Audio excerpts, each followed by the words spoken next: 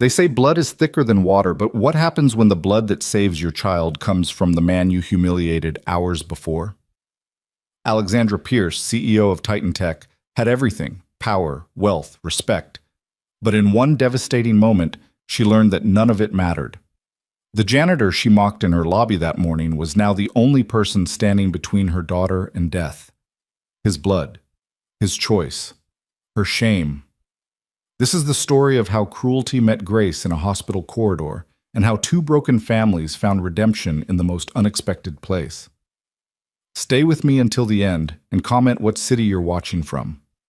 I want to see how far this story travels. The first light of dawn hadn't yet broken through the glass towers of downtown when Daniel Cross pushed his cleaning cart through the revolving doors of Titan Tech Industries. The marble lobby stretched before him like a cathedral of commerce, all polished stone and chrome, designed to intimidate anyone who didn't belong. And Daniel knew, with the quiet certainty of a man who'd learned his place, that he didn't belong. Not anymore. He'd been an engineer once, a good one, the kind of man who solved problems that kept other engineers awake at night. But that was before Sarah died, before the medical bills became a mountain that buried everything he'd built, before choosing between my career and my daughter stopped being a hypothetical question and became Tuesday morning. Now he was a janitor, and he was grateful for it. "Daddy, don't forget my lunch," 7-year-old Mia had reminded him that morning, her small hands carefully packing her sandwich while Daniel tied his work boots. She had Sarah's eyes, dark and deep, full of an old soul's understanding of things no child should have to understand. "I've got it right here, sweetheart." He'd held up her frozen lunchbox, the one with Elsa's face half scraped off from 3 years of use. They couldn't afford a new one. They could barely afford the old one. "And Daddy?" Mia had looked up at him with that expression that still broke his heart every single time. The one that said she knew they were struggling, that she knew he was tired, that she knew and was trying so hard not to be a burden. "You're the best daddy in the whole world." He'd kissed her forehead, swallowing the lump in his throat.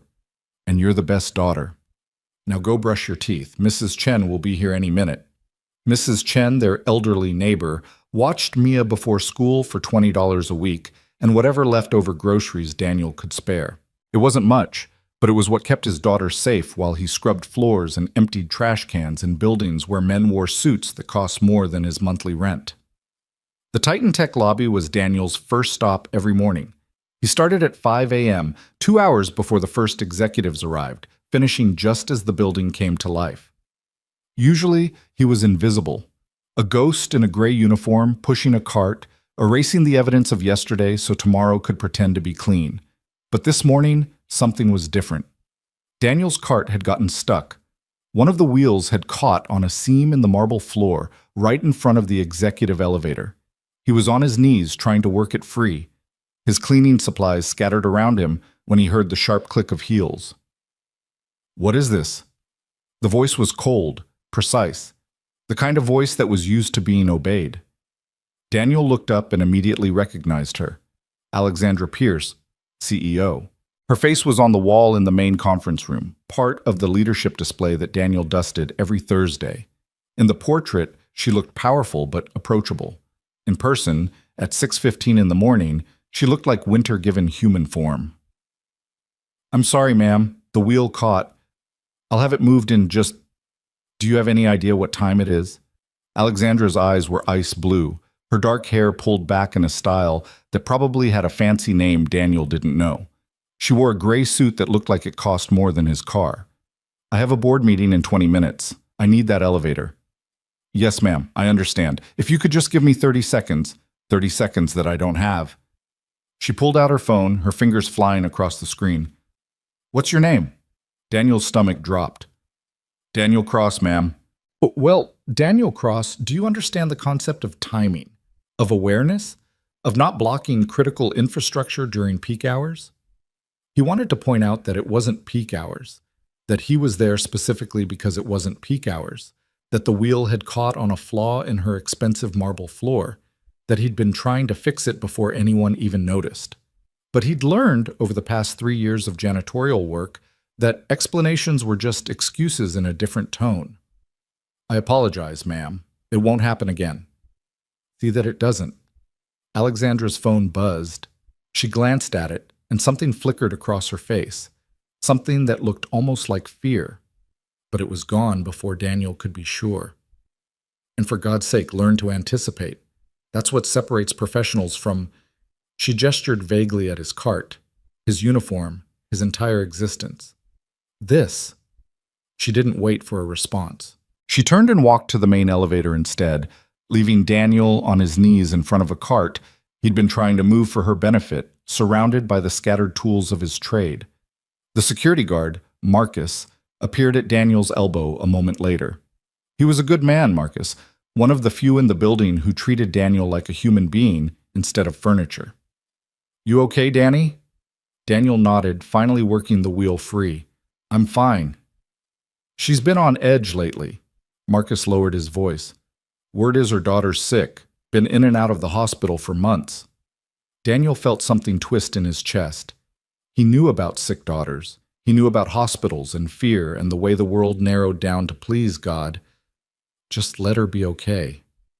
"I didn't know," he said quietly. "Not many people do. She keeps it private. But that doesn't excuse Marcus shook his head. "You're a good guy, Danny. Don't let her make you feel small." But as Daniel pushed his cart toward the maintenance closet, he did feel small, because that was the thing about people like Alexandra Pierce. They didn't have to try to make you feel small. The distance between her world and his was so vast that standing in her presence was enough to remind him of everything he'd lost.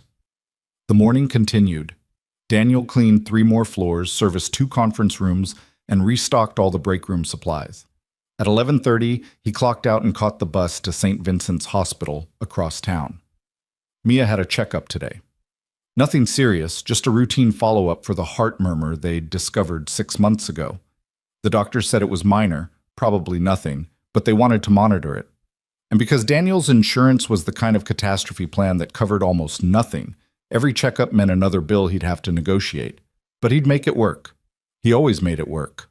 The pediatric cardiology unit at St. Vincent's was on the 4th floor, decorated with murals of underwater scenes and cartoon fish. Mia loved those fish. She'd named them all during previous visits, giving them elaborate backstories and family relationships that she narrated while they waited. "Daddy, look! It's Gerald!" She pointed at a painted seahorse as they walked toward the check-in desk. "He's the one who's secretly a spy, remember?" "How could I forget?" Daniel smiled, his earlier humiliation fading in the warmth of his daughter's enthusiasm. This was what mattered. Not Alexandra Pierce, not Titan Tech, not the gap between who he used to be and who he was now. Just Mia, healthy and happy, and pointing at cartoon fish. The nurse at the desk looked up with a smile. "Daniel Cross? Mia Cross? That's us. Dr. Patel is running about 15 minutes behind, but you can wait in room 4B. We'll call you as soon as she's ready." Room 4B was familiar territory, the same examination room they'd been in for the last 3 visits. Mia climbed onto the table and immediately began telling Daniel about a story she was writing at school, something involving a princess and a dragon who were actually best friends, but everyone thought they were enemies. And then the princess teaches the dragon how to bake cookies, and they open a bakery together. And all the kingdom comes, and... The overhead speaker crackled to life. "Code red, 4th floor, code red. All available personnel to 4th floor, pediatric wing, stat, code red." Daniel's blood went cold. Code red meant emergency. Code red meant someone was dying. Mia's eyes went wide. "Daddy, what's..." "It's okay, sweetheart. Stay here. Don't move." He opened the door just as nurses and doctors began running past, their faces grim. Daniel's instinct was to stay with Mia, to keep her safe and separate from whatever crisis was unfolding. But then he heard it. Screaming, a woman's voice raw with terror coming from somewhere down the hall. "Help! Somebody help her! She's not breathing! Please!" Daniel's feet moved before his brain caught up. He ran toward the sound, his heart hammering. He could hear Mia calling after him, but he couldn't stop. That voice, that particular frequency of fear, it bypassed every rational thought and plugged straight into the primal part of his brain that said someone's child is dying. The scene was chaos. A girl, maybe 8 or 9, lay convulsing on the floor outside one of the examination rooms. Blonde hair, pink dress. Her lips were turning blue.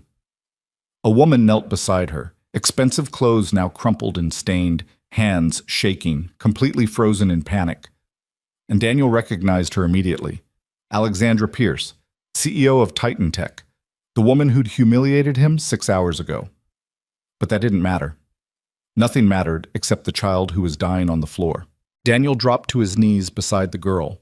His engineering mind, dormant for so long, suddenly roared to life, calculating, analyzing, solving the problem in front of him.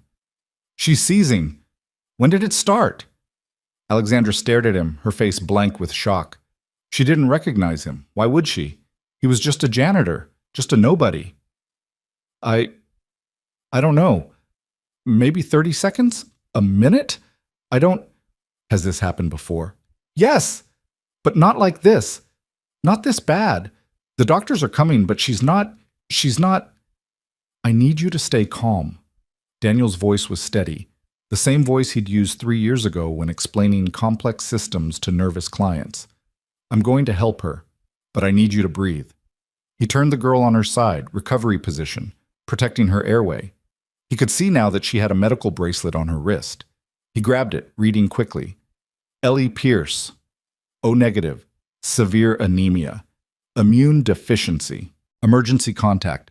A doctor burst through the nearby door, followed by 2 nurses with a crash cart. Move aside, everyone move! Daniel backed away, his hands shaking now that the adrenaline was fading. The medical team swarmed over Ellie, their movements precise and practiced. One of the nurses was calling out vitals. The doctor was administering something through an IV port Daniel hadn't noticed. Alexandra stood frozen, her hands over her mouth, tears streaming down her face. She looked nothing like the woman who'd dressed him down in the Titan Tech lobby. She looked like what she was, a terrified mother watching her child fight for life. Daddy, Daniel turned. Mia stood in the hallway, her eyes huge with fear. Daddy, is that girl okay? He scooped his daughter up, holding her tight. The doctors are helping her, sweetheart. She's going to be okay. Please let her be okay. The seizure was stopping. Ellie's body went still, her breathing ragged but present. The doctor was speaking in low, urgent tones to Alexandra, who nodded mechanically, not really hearing. Mrs. Pierce, we need to get her to the ICU immediately. Her hemoglobin is critically low. We're going to need to do an emergency transfusion. And whatever she needs, just save her. They transferred Ellie to a gurney, moving with controlled urgency toward the elevators. Alexandra started to follow, then paused. She turned back to Daniel, her face a mask of confusion and desperate gratitude. You helped her. Thank you. I don't know who you are, but thank you. Then she was gone, running after the gurney, leaving Daniel standing in the hallway with Mia in his arms and the smell of fear still hanging in the air. Daddy, you were really brave. Daniel kissed the top of Mia's head. I just did what anyone would do, sweetheart. But even as he said it, he knew it wasn't true. Most people would have called for help and stood back.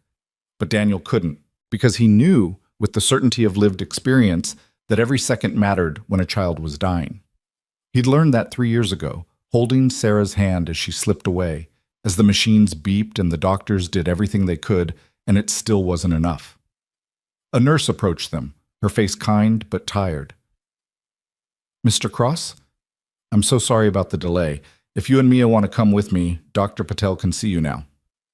Actually, Daniel said slowly, could you tell me something? That girl, Ellie Pierce, they said she needs a transfusion?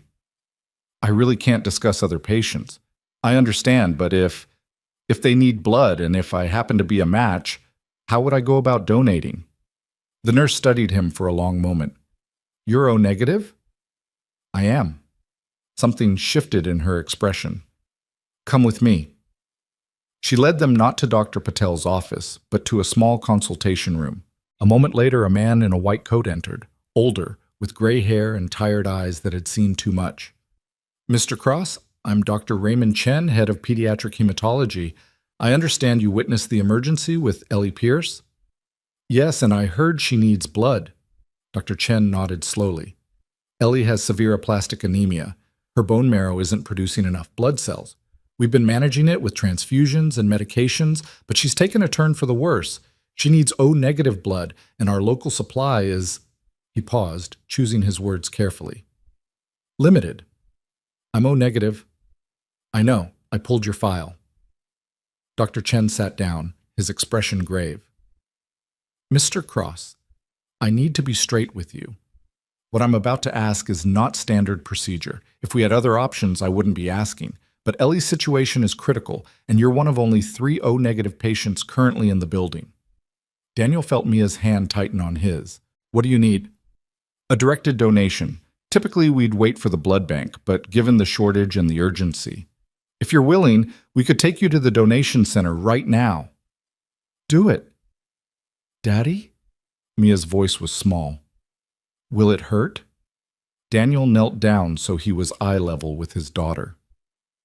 "Remember when you skinned your knee last week and you were so brave? It'll be like that. A little pinch, and then I'll be helping that little girl get better. Like a superhero?" "Exactly like a superhero." Dr. Chen's phone buzzed. He looked at it, and his face went pale. "We need to move. Now." The donation center was 2 floors down, a quiet room with reclining chairs and the antiseptic smell that Daniel had come to associate with helplessness. But not today. Today, for the first time in 3 years, he had something to offer that actually mattered. A phlebotomist, young with kind eyes and steady hands, got him set up in one of the chairs. Mia sat beside him, holding his free hand. "You're very brave, Mr. Cross," the phlebotomist said as she prepped his arm. "This is a wonderful thing you're doing." Daniel didn't feel brave. He felt like a man who'd been given an unexpected chance at redemption for sins he couldn't name. The needle went in. Dark red blood began flowing through the tube into the collection bag. Daniel watched it, mesmerized. This, his blood, the only thing he had that was worth something, was going to save a child's life. Sarah would have been proud. "Mr. Cross?" He looked up. Alexandra Pierce stood in the doorway of the donation center, and this time there was recognition in her eyes. Oh God, she knew. She knew he was the janitor, the man she'd humiliated, the man she'd dismissed as less than human, and now that same man was lying in a chair, giving his blood to save her daughter. The color drained from Alexandra's face. She opened her mouth, closed it, opened it again. No words came out. "Doctor." Chen appeared behind her. "Mrs. Pierce, I told you to wait in—" "It's him." Her voice was barely a whisper. "From this morning. From Titan Tech. He's the only donor we have available," Dr. Chen finished firmly, "and I suggest you let him donate in peace." But Alexandra couldn't move. She stood there, frozen, as 3 years of corporate arrogance collapsed into this single moment of terrible clarity. Daniel met her eyes. He could have said so many things. He could have thrown her cruelty back in her face. He could have demanded an apology, made her beg, leveraged this moment into something that benefited him. Instead, he said quietly, "How is Ellie?" Alexandra's face crumpled. "I don't know. They won't tell me anything except that she needs blood immediately. They said—" Her voice broke. "They said if they don't get her stabilized in the next 30 minutes, she might not—" She couldn't finish the sentence. She didn't have to. "Then let's help her," Daniel said simply. Mia, who had been watching this exchange with wide eyes, suddenly spoke up. "Is Ellie your daughter?" Alexandra looked at the small girl, then nodded, tears streaming down her face. "My daddy's the best," Mia said with absolute conviction. "His blood is going to make her all better. You don't have to be scared anymore." And Alexandra Pierce, CEO, powerhouse, woman who commanded boardrooms and built empires, collapsed into a chair and sobbed. Dr. Chen gestured to the phlebotomist. "How much do we have?" "We're at 350 milliliters. Standard donation is 450.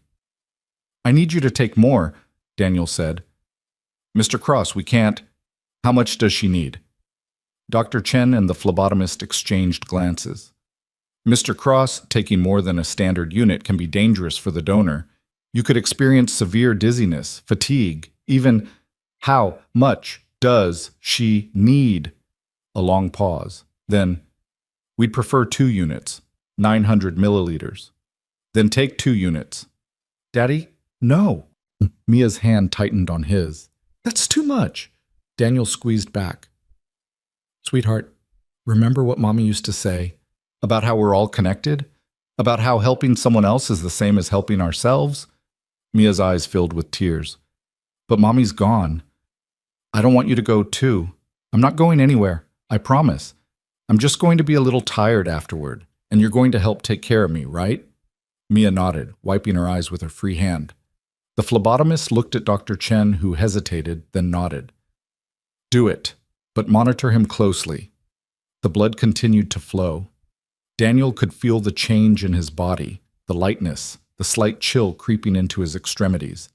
He donated blood before, but never this much. Never under these circumstances. Alexandra had stopped crying. She sat rigid in her chair, staring at Daniel as if trying to solve an impossible equation. Finally, she spoke, her voice raw. Why are you doing this? After how I treated you this morning. Daniel was quiet for a long moment, watching his blood fill the second bag. When he spoke, his voice was gentle but firm.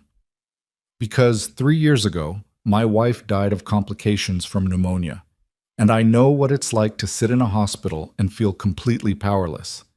And if there's even a chance that I can spare you that feeling, that I can give Ellie one more day, one more chance, then the question isn't why would I do this? He looked directly at her. The question is, how could I not? The second bag was nearly full. Daniel's vision was starting to blur slightly at the edges, his skin pale. Mia was crying openly now, holding his hand like a lifeline. That's enough, the phlebotomist said, removing the needle with practiced efficiency. Mr. Cross, I need you to stay seated for at least 15 minutes. Here's some juice and crackers. You need to eat something immediately, Doctor. Chen took the blood bags with an expression of profound relief. I'll get these to the lab for immediate cross-match and then straight to Ellie. Mrs. Pierce, you should come with me. But Alexandra didn't move. She stood and walked slowly to Daniel's chair, her eyes red, her perfect composure completely shattered. I don't know how to... She stopped, started again. There aren't words for what you've just done. For the kind of person who would... Her voice broke again. I'm sorry. I'm so sorry for this morning, for how I spoke to you, for how I... Save it for when Ellie wakes up, Daniel interrupted gently. Right now, you should be with your daughter. Dr. Chen put a hand on Alexandra's shoulder. He's right. Come on. As they left, Alexandra looked back one last time. Daniel met her gaze and something passed between them. Not forgiveness, not yet, but an understanding that the ground had fundamentally shifted beneath both their feet. The phlebotomist brought Daniel a blanket and a small cup of orange juice. Mia climbed carefully into the chair beside him, curling against his side. You're really pale, Daddy. I know, sweetheart, but I'll be okay. The juice will help. Will that girl be okay too? I hope so. I really hope so. They sat in silence for several minutes, Daniel sipping his juice, Mia pressed against his side, both of them processing what had just happened. Finally, Mia spoke again. Daddy? That lady, the one who was crying? She was mean to you this morning, wasn't she? Daniel hesitated. How did you know?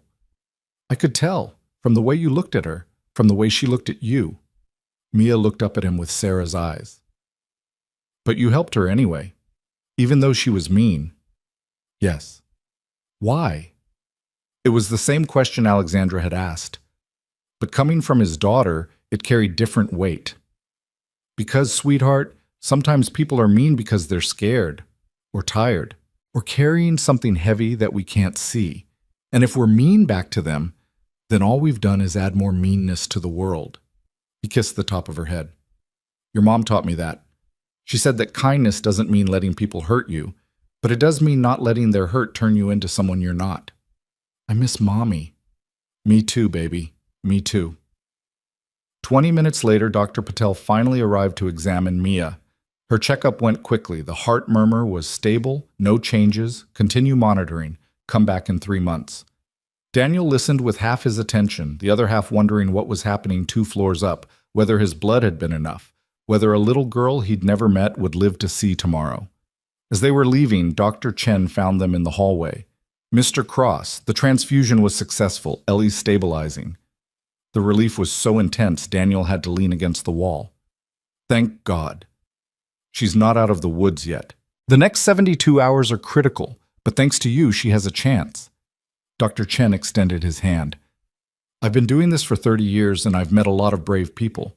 But what you did today, that was extraordinary. Daniel shook his hand, still feeling slightly dizzy. I just did what anyone... No. Dr. Chen's voice was firm. Not anyone. Most people would have helped if it was convenient, if it didn't cost them anything. You gave blood until you nearly passed out for a child whose mother humiliated you. That's not anyone.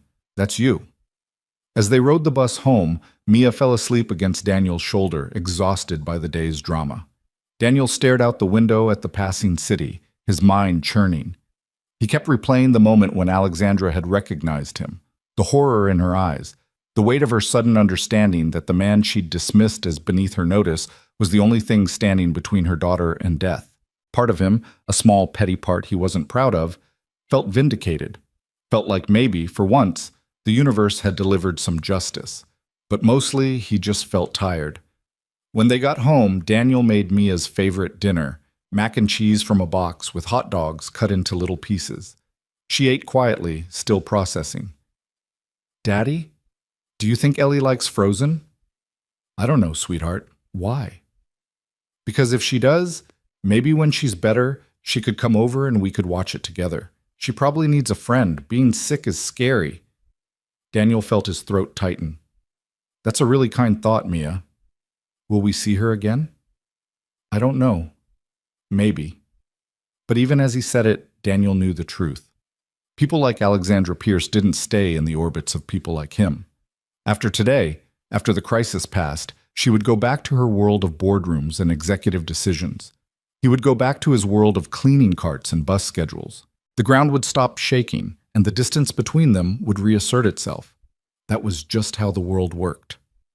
After Mia was in bed, Daniel sat at their small kitchen table with a mug of tea, staring at the bills piled in the center. The hospital would send him a bill for today's visit. The donated blood was free, but Mia's checkup wouldn't be.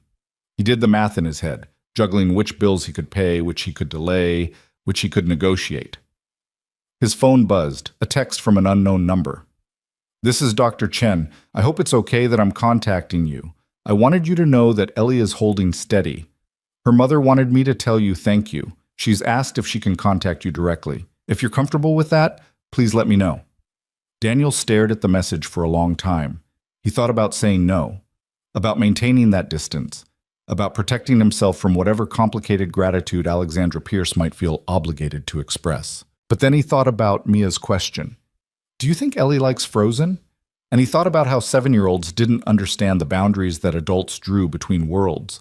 He typed back, tell her I'm glad Ellie is okay. She can contact me if she wants, but she doesn't owe me anything.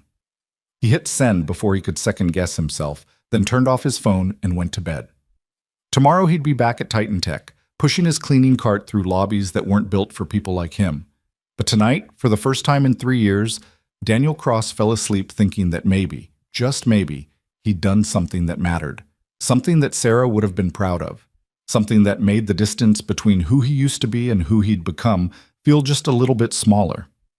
In the ICU at St. Vincent's Hospital, Alexandra Pierce sat beside her daughter's bed, holding Ellie's small hand, watching the monitors that tracked every heartbeat. The blood flowing through Ellie's veins, the blood that was bringing color back to her face, strength back to her body, had come from the man Alexandra had dismissed that morning as less than human.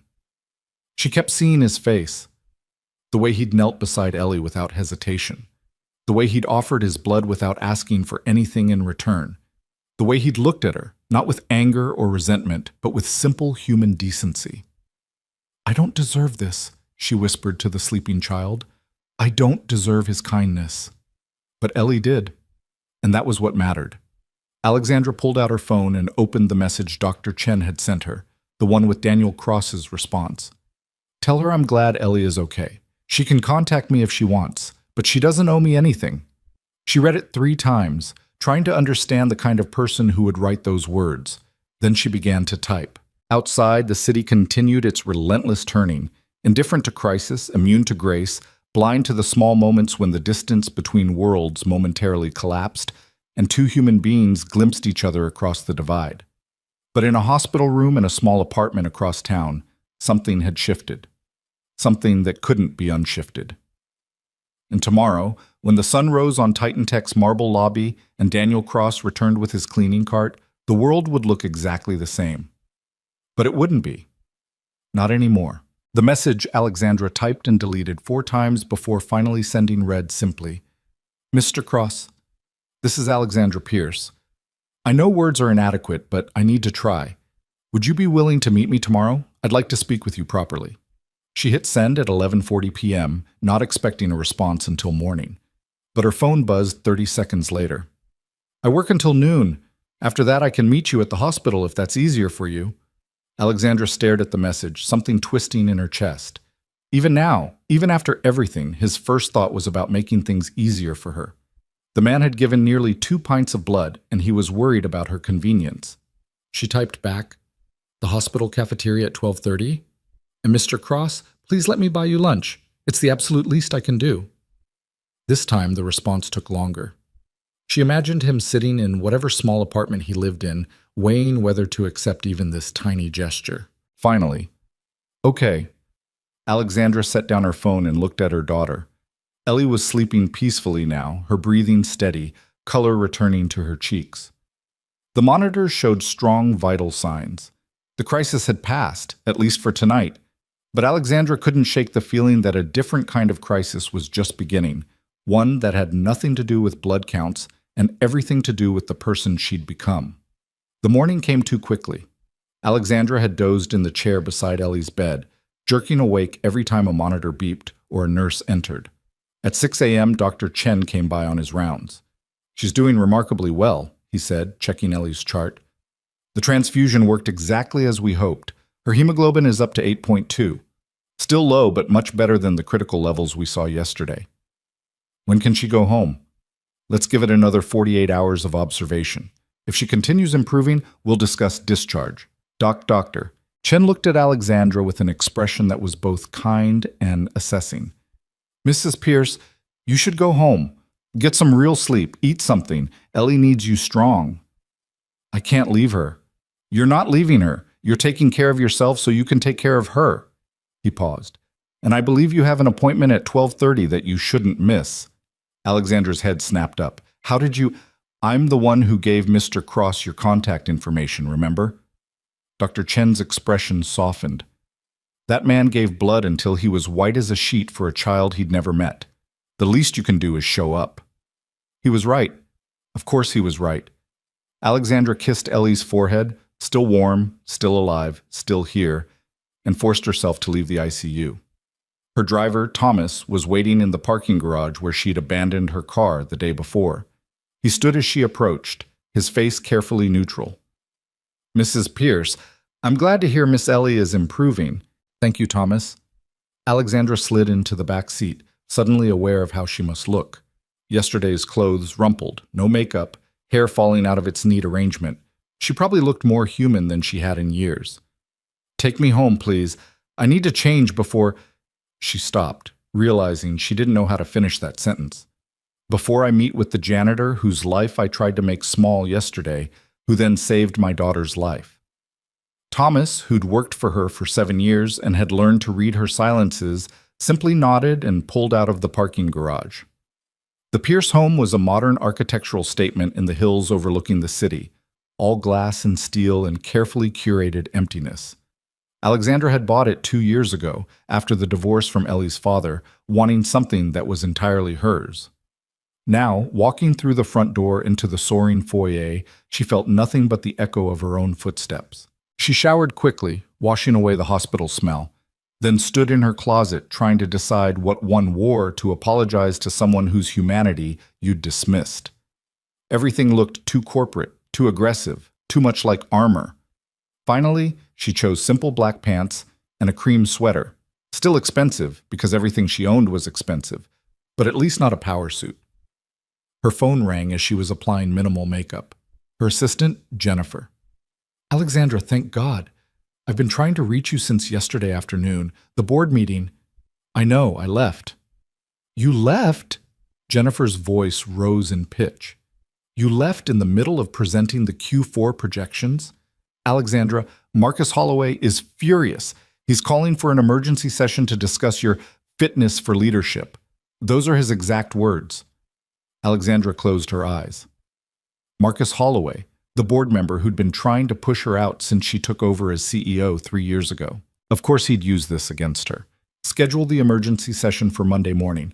I'll address it then. Alexandra, you need to do damage control now. Let me draft a statement about a family emergency. No. Alexandra's voice was firm. No statements, no spin. I'll handle this on Monday. But, Jennifer, my daughter almost died yesterday, and right now I have something more important than Marcus Holloway's ego to deal with. She paused, then added more gently, I know this is hard for you too. You're trying to protect me, but some things are more important than protecting my position at Titan Tech. There was a long silence. Then Jennifer said quietly, How is Ellie? Better. Stable. I'm glad. And Alexandra, for what it's worth, I think you're making the right call. Holloway can wait. After hanging up, Alexandra sat on the edge of her bed, staring at her reflection in the mirror across the room. The woman looking back at her was someone she barely recognized, stripped of the corporate veneer, forced to confront the ugliness underneath. She thought about what Daniel Cross must see when he looked at her. Not the CEO, not the leader of a Fortune 500 company, just a woman who'd been cruel for no reason other than that she could be. At 11:30, Thomas drove her back to St. Vincent's. She stopped by the ICU first, where Ellie was awake and eating Jell-O with the focused intensity of a child who'd spent too many days unable to keep food down. Mommy, Ellie's face lit up. Look, it's red Jell-O. That's the best kind. Alexandra kissed her daughter's forehead, breathing in the scent of her, antiseptic and illness, but alive, so blessedly alive. It definitely is, baby. Dr. Chen said I'm doing really good. He said someone gave me blood and it made me all better. Ellie looked up at her with curious eyes. Who was it? Alexandra hesitated. A very kind man named Daniel. Can I meet him? I want to say thank you. Maybe. We'll see how you're feeling. I'm feeling lots better, see? Ellie lifted her arm where the IV was still taped. This doesn't even hurt anymore. A nurse came in to check vitals, giving Alexandra a convenient excuse to slip away. As she rode the elevator down to the cafeteria, her heart was hammering. She felt more nervous about this lunch than she had about any board presentation, any investor meeting, any hostile negotiation. The hospital cafeteria was a study in institutional beige, fluorescent lighting, plastic chairs, the smell of industrial food trying its best. Alexandra arrived 10 minutes early and claimed a table in the corner, away from the main flow of doctors and visitors. At exactly 12:30, Daniel Cross walked through the cafeteria entrance. He was wearing the same gray janitor's uniform from Titan Tech, his name badge still pinned to his chest. He'd clearly come straight from work. His face was still pale from yesterday's blood donation, but his posture was straight, his expression calm. Alexandra stood, her hand suddenly not knowing what to do. Mr. Cross, thank you for coming. Daniel, he said quietly. Please call me Daniel. Daniel, She gestured at the food line. Can I get you something? Anything you want. He glanced at the offerings. Pizza, sandwiches, salads that had seen better days. Coffee would be good. And maybe a sandwich. Of course. Please, sit. I'll get it. She could feel his surprise as she walked to the food line. Alexandra Pierce, CEO of Titan Tech, serving a janitor lunch in a hospital cafeteria. The irony wasn't lost on either of them.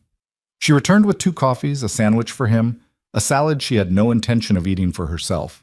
Daniel took the coffee gratefully, wrapping his hands around the cup as if drawing warmth from it. How are you feeling? Alexandra asked. After yesterday, I mean. Tired, a little dizzy, but okay. You gave too much blood. I gave what was needed. He met her eyes directly. How's Ellie? Stable, improving, The doctors say if she continues like this, she can go home in a couple of days. Alexandra's voice caught. Because of you. Daniel was quiet for a moment, taking a sip of coffee. When he spoke, his voice was gentle but firm. Mrs. Pierce. Alexandra, please. Alexandra, you didn't ask me here for medical updates.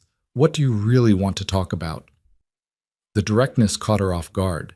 She'd expected him to be deferential, careful. Instead, he was looking at her with something that was neither anger nor forgiveness, just clarity. I want to apologize, she said, for yesterday morning, for the way I spoke to you, for the things The words caught in her throat. I treated you as if you were nothing, as if you were less than human. And I'm sorry. Daniel nodded slowly. Okay. That's it? Just okay? What do you want me to say? His voice was still gentle, but there was steel underneath. Do you want me to tell you that it didn't hurt? It did. Do you want me to say I understand why you did it? I don't. Do you want absolution? He paused. I'm not a priest, Alexandra. I'm just a janitor who happened to have the right blood type at the right time. You're not just a janitor. To you, yesterday morning, I was. He wasn't being cruel. He was being honest. And that's the thing you actually need to apologize for. Not the specific words you said, but the fact that you looked at another human being and decided they were beneath your notice.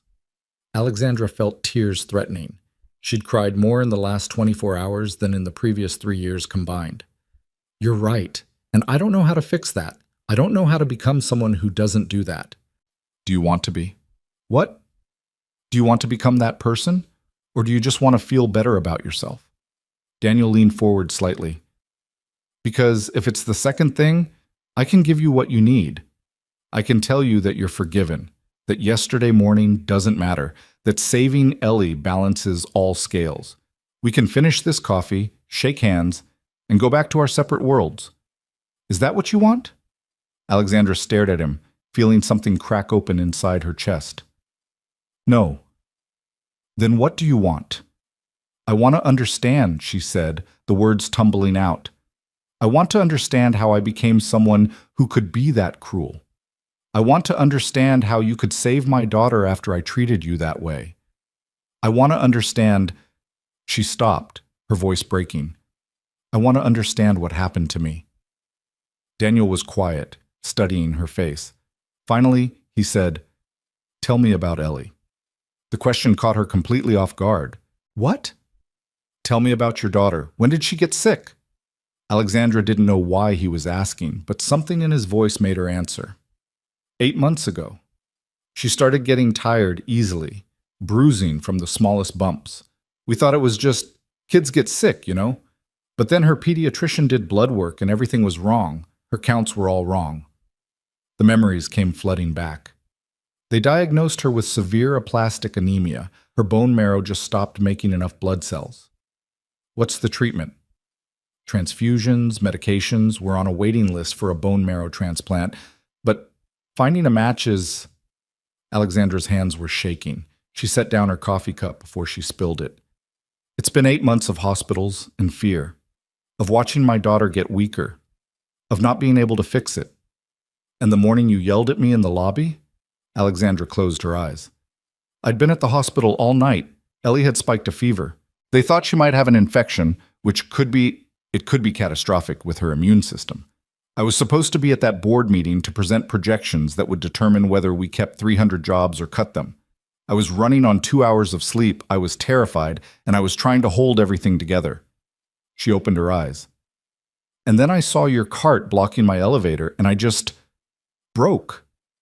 You broke on me. Yes, and I'm sorry.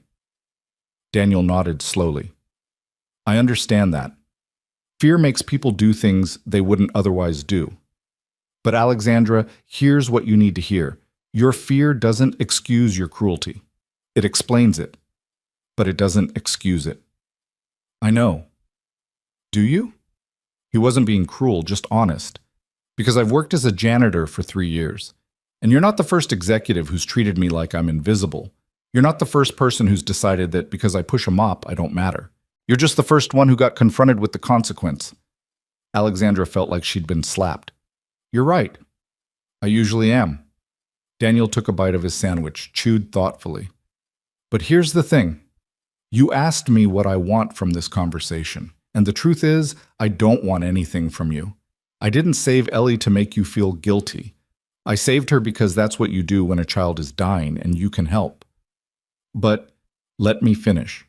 His voice was still gentle. But if you're serious about changing, about understanding what happened to you, then you need to understand this. You didn't become cruel overnight. You built a system that allowed you to be cruel. You surrounded yourself with people who wouldn't challenge you. You created a hierarchy where some people mattered more than others. And then you were surprised when you started acting according to that hierarchy. Alexandra felt exposed, seen in a way she hadn't been in years. What should I do? I can't tell you that.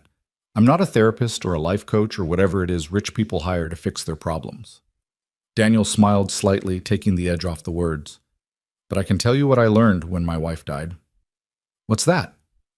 That being broken doesn't make you special. Everyone's broken. The only thing that matters is what you build with the pieces. They sat in silence for a moment. Around them, the cafeteria continued its mundane rhythm. Doctors grabbing quick lunches, visitors nursing coffees, the ambient noise of a hospital functioning. Finally, Alexandra said, Your wife, how did she... Pneumonia. She was 32, healthy, strong, never sick. And then one day she had a cough. A week later, she was gone. Daniel's voice was matter of fact, but Alexandra could hear the weight underneath. The medical bills bankrupted us. I was an engineer, a good one, but I couldn't work and take care of Mia and deal with everything, so I quit, or got fired, depending on how you look at it.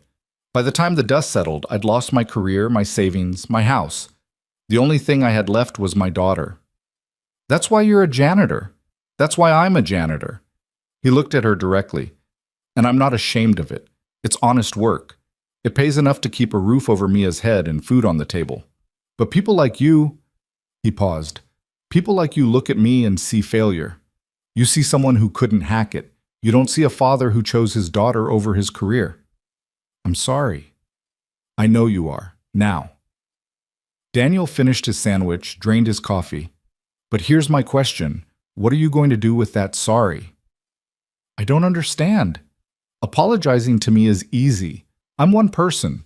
But Alexandra, I'm not the only janitor at Titan Tech. I'm not the only person you've probably dismissed without thinking. So what are you going to do about that?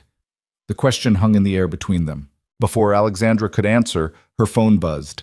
A text from the ICU. Ellie's asking for you. Everything's fine. She just wants her mom. I have to go, Alexandra said, standing. Of course. Daniel stood as well. They faced each other across the cafeteria table. Two people from different worlds, connected by blood and crisis and the strange alchemy of circumstance. Daniel, Alexandra said quietly. Thank you. Not just for the blood, for this, for being honest. You're welcome. And Alexandra? He waited until she met his eyes. Ellie is lucky to have you. Don't let anyone, including yourself, tell you otherwise. You're a good mother who had a bad morning. That doesn't erase one or excuse the other, but it's important to remember both. Alexandra felt tears sliding down her cheeks again. How are you so... She couldn't finish. Broken, Daniel supplied. I'm broken, same as you. I just had 3 years to get used to it. They parted ways in the cafeteria, Alexandra heading to the elevators, Daniel heading back to Titan Tech to finish his shift. But as Alexandra rode up to the ICU, she couldn't stop thinking about his question. What are you going to do with that sorry? Ellie was sitting up in bed, drawing on a notepad a nurse had given her. She looked up as Alexandra entered, her face lighting up. Mommy, look, I drew the fish from the hallway. This one's Gerald. He's a spy, remember? Alexandra sat on the edge of the bed, pulling her daughter close. I remember, baby. Mommy, why are you crying? Because I'm happy you're okay, and because I learned something important today. What? Alexandra thought about Daniel's words, about systems and hierarchies, about what you build with broken pieces. That being kind is more important than being powerful, she said quietly. Ellie considered this with the seriousness of a 9-year-old. Is that why Daniel gave me his blood? Because he's kind? Yes, baby, that's exactly why. I really want to meet him. Can I? Alexandra looked at her daughter, weak but recovering, alive because a man she'd dismissed as nothing had given nearly 2 pints of blood without asking for anything in return. I'll ask him, she promised. That evening, after Ellie had fallen asleep and Alexandra was back in the uncomfortable ICU chair that was becoming too familiar, she pulled out her phone and typed a message to Daniel. Ellie wants to meet you. She wants to say thank you. Would you be willing? I know I'm asking for more when you've already given so much, but she deleted the last part, rewrote it. No pressure. But if you're open to it, she'd love to meet the person who saved her life. Maybe you could bring Mia? Ellie mentioned she likes Frozen, and apparently Mia does too. She hit send before she could overthink it. The response came 20 minutes later. Mia would love that. We can come by tomorrow after I get off work, around 1. Fair warning. Mia has about 6,000 questions prepared and will probably try to organize a full Frozen viewing party in the ICU. Alexandra laughed. Actually laughed, for the first time in days. Ellie has 7,000 questions, so they should get along great. See you tomorrow at 1. She set down her phone and looked at her sleeping daughter. Tomorrow, she'd have to deal with Marcus Holloway and the board. Tomorrow, she'd have to figure out what doing something with her sorry actually meant. Tomorrow, she'd have to start rebuilding herself into someone who deserved the second chance Daniel had given her. But tonight, she just sat with her daughter and thought about broken pieces and what you could build when you were brave enough to start over. The next morning arrived with the kind of gray sky that made the city look like a photograph slowly losing its color. Daniel woke at 4:30 as always, his body trained to the rhythm of early shifts regardless of how exhausted he felt. The blood donation had taken more out of him than he'd admitted to anyone, including himself. His arms felt heavy, his head cotton-filled, but Mia needed breakfast and he had floors to clean. He found her already awake in the kitchen, sitting at their small table with a piece of paper and every crayon they owned spread out before her. "Daddy, look!" She held up her drawing with pride. "It's a card for Ellie. See, that's her in the hospital bed, and that's the flowers I'm going to bring her, and that's you giving her your blood, except I made the blood rainbow-colored because regular blood is kind of scary looking." Daniel smiled despite his exhaustion. "It's beautiful, sweetheart. She's going to love it. Do you think she'll really want to be my friend, even though she's rich and we're not?" The question hit Daniel harder than it should have. 7 years old, and Mia already understood the dividing lines the world drew between people. "Money doesn't matter when it comes to friends," he said, kneeling beside her chair. "What matters is if you're kind to each other, if you make each other laugh, if you're there when things are hard. Like you were there when Ellie needed blood?" Exactly like that. Mia studied his face with those 2 old eyes.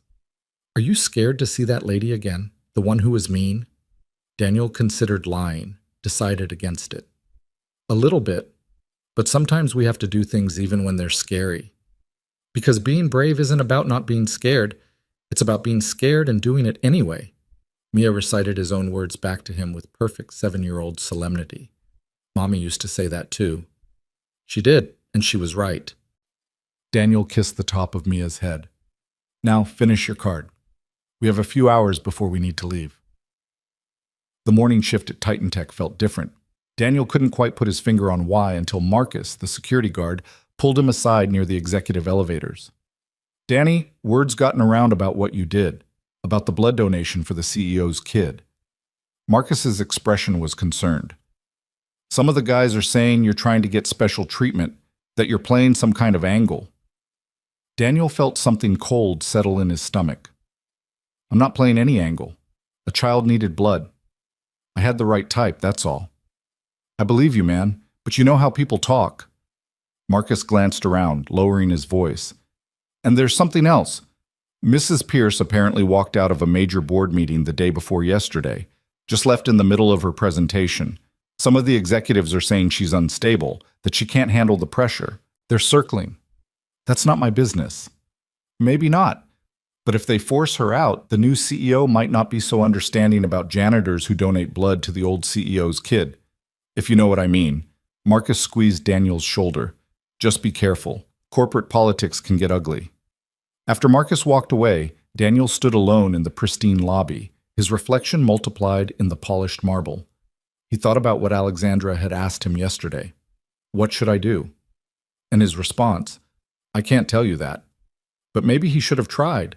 Because now, looking at the building around him, the hierarchy literally built into its architecture, the executive floors above, the service areas below, he realized that changing a person was impossible if you didn't also change the system they existed in. The morning crawled past. Daniel cleaned mechanically, his mind elsewhere. At 11:30, he clocked out, went home to change, and picked up Mia from Mrs. Chen's apartment. You look tired, Mr. Daniel, Mrs. Chen said in her accented English as she handed Mia over. You taking care of yourself? I'm fine, Mrs. Chen, thank you. She clearly didn't believe him, but didn't push. You good man, that little girl lucky to have your blood. On the bus to St. Vincent's, Mia clutched her crayon drawing and peppered Daniel with questions. What if Ellie doesn't like me? What if I say something wrong? What if she thinks my card is babyish? What if… Mia, Daniel took her hand. Remember what we talked about? About being yourself? That if people don't like me when I'm being myself, then they weren't going to be good friends anyway. Exactly. So just be you. That's all you need to do. But as they walked through the hospital's automatic doors, Daniel felt his own anxiety rising. The ICU was on the 7th floor.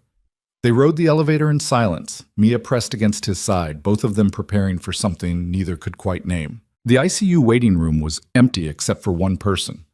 Alexandra Pierce sat in one of the uncomfortable plastic chairs, her phone in her hands but her eyes unfocused, staring at nothing. She was wearing jeans, actual jeans, and a simple blue sweater. Her hair was pulled back in a ponytail. She looked younger than she had in the cafeteria yesterday. Vulnerable. She looked up as they entered, and something complicated crossed her face. Daniel. Hi. Thank you for coming. Her eyes moved to Mia. And you must be Mia. Mia, who had been nervous on the elevator, suddenly straightened up with complete confidence. I brought Ellie a card. I made it myself. And I'm really glad your daughter is okay because my daddy was super brave to give her his blood, even though it made him really pale and tired. Alexandra's expression softened. He was incredibly brave. And that card is beautiful. Would you like to meet Ellie?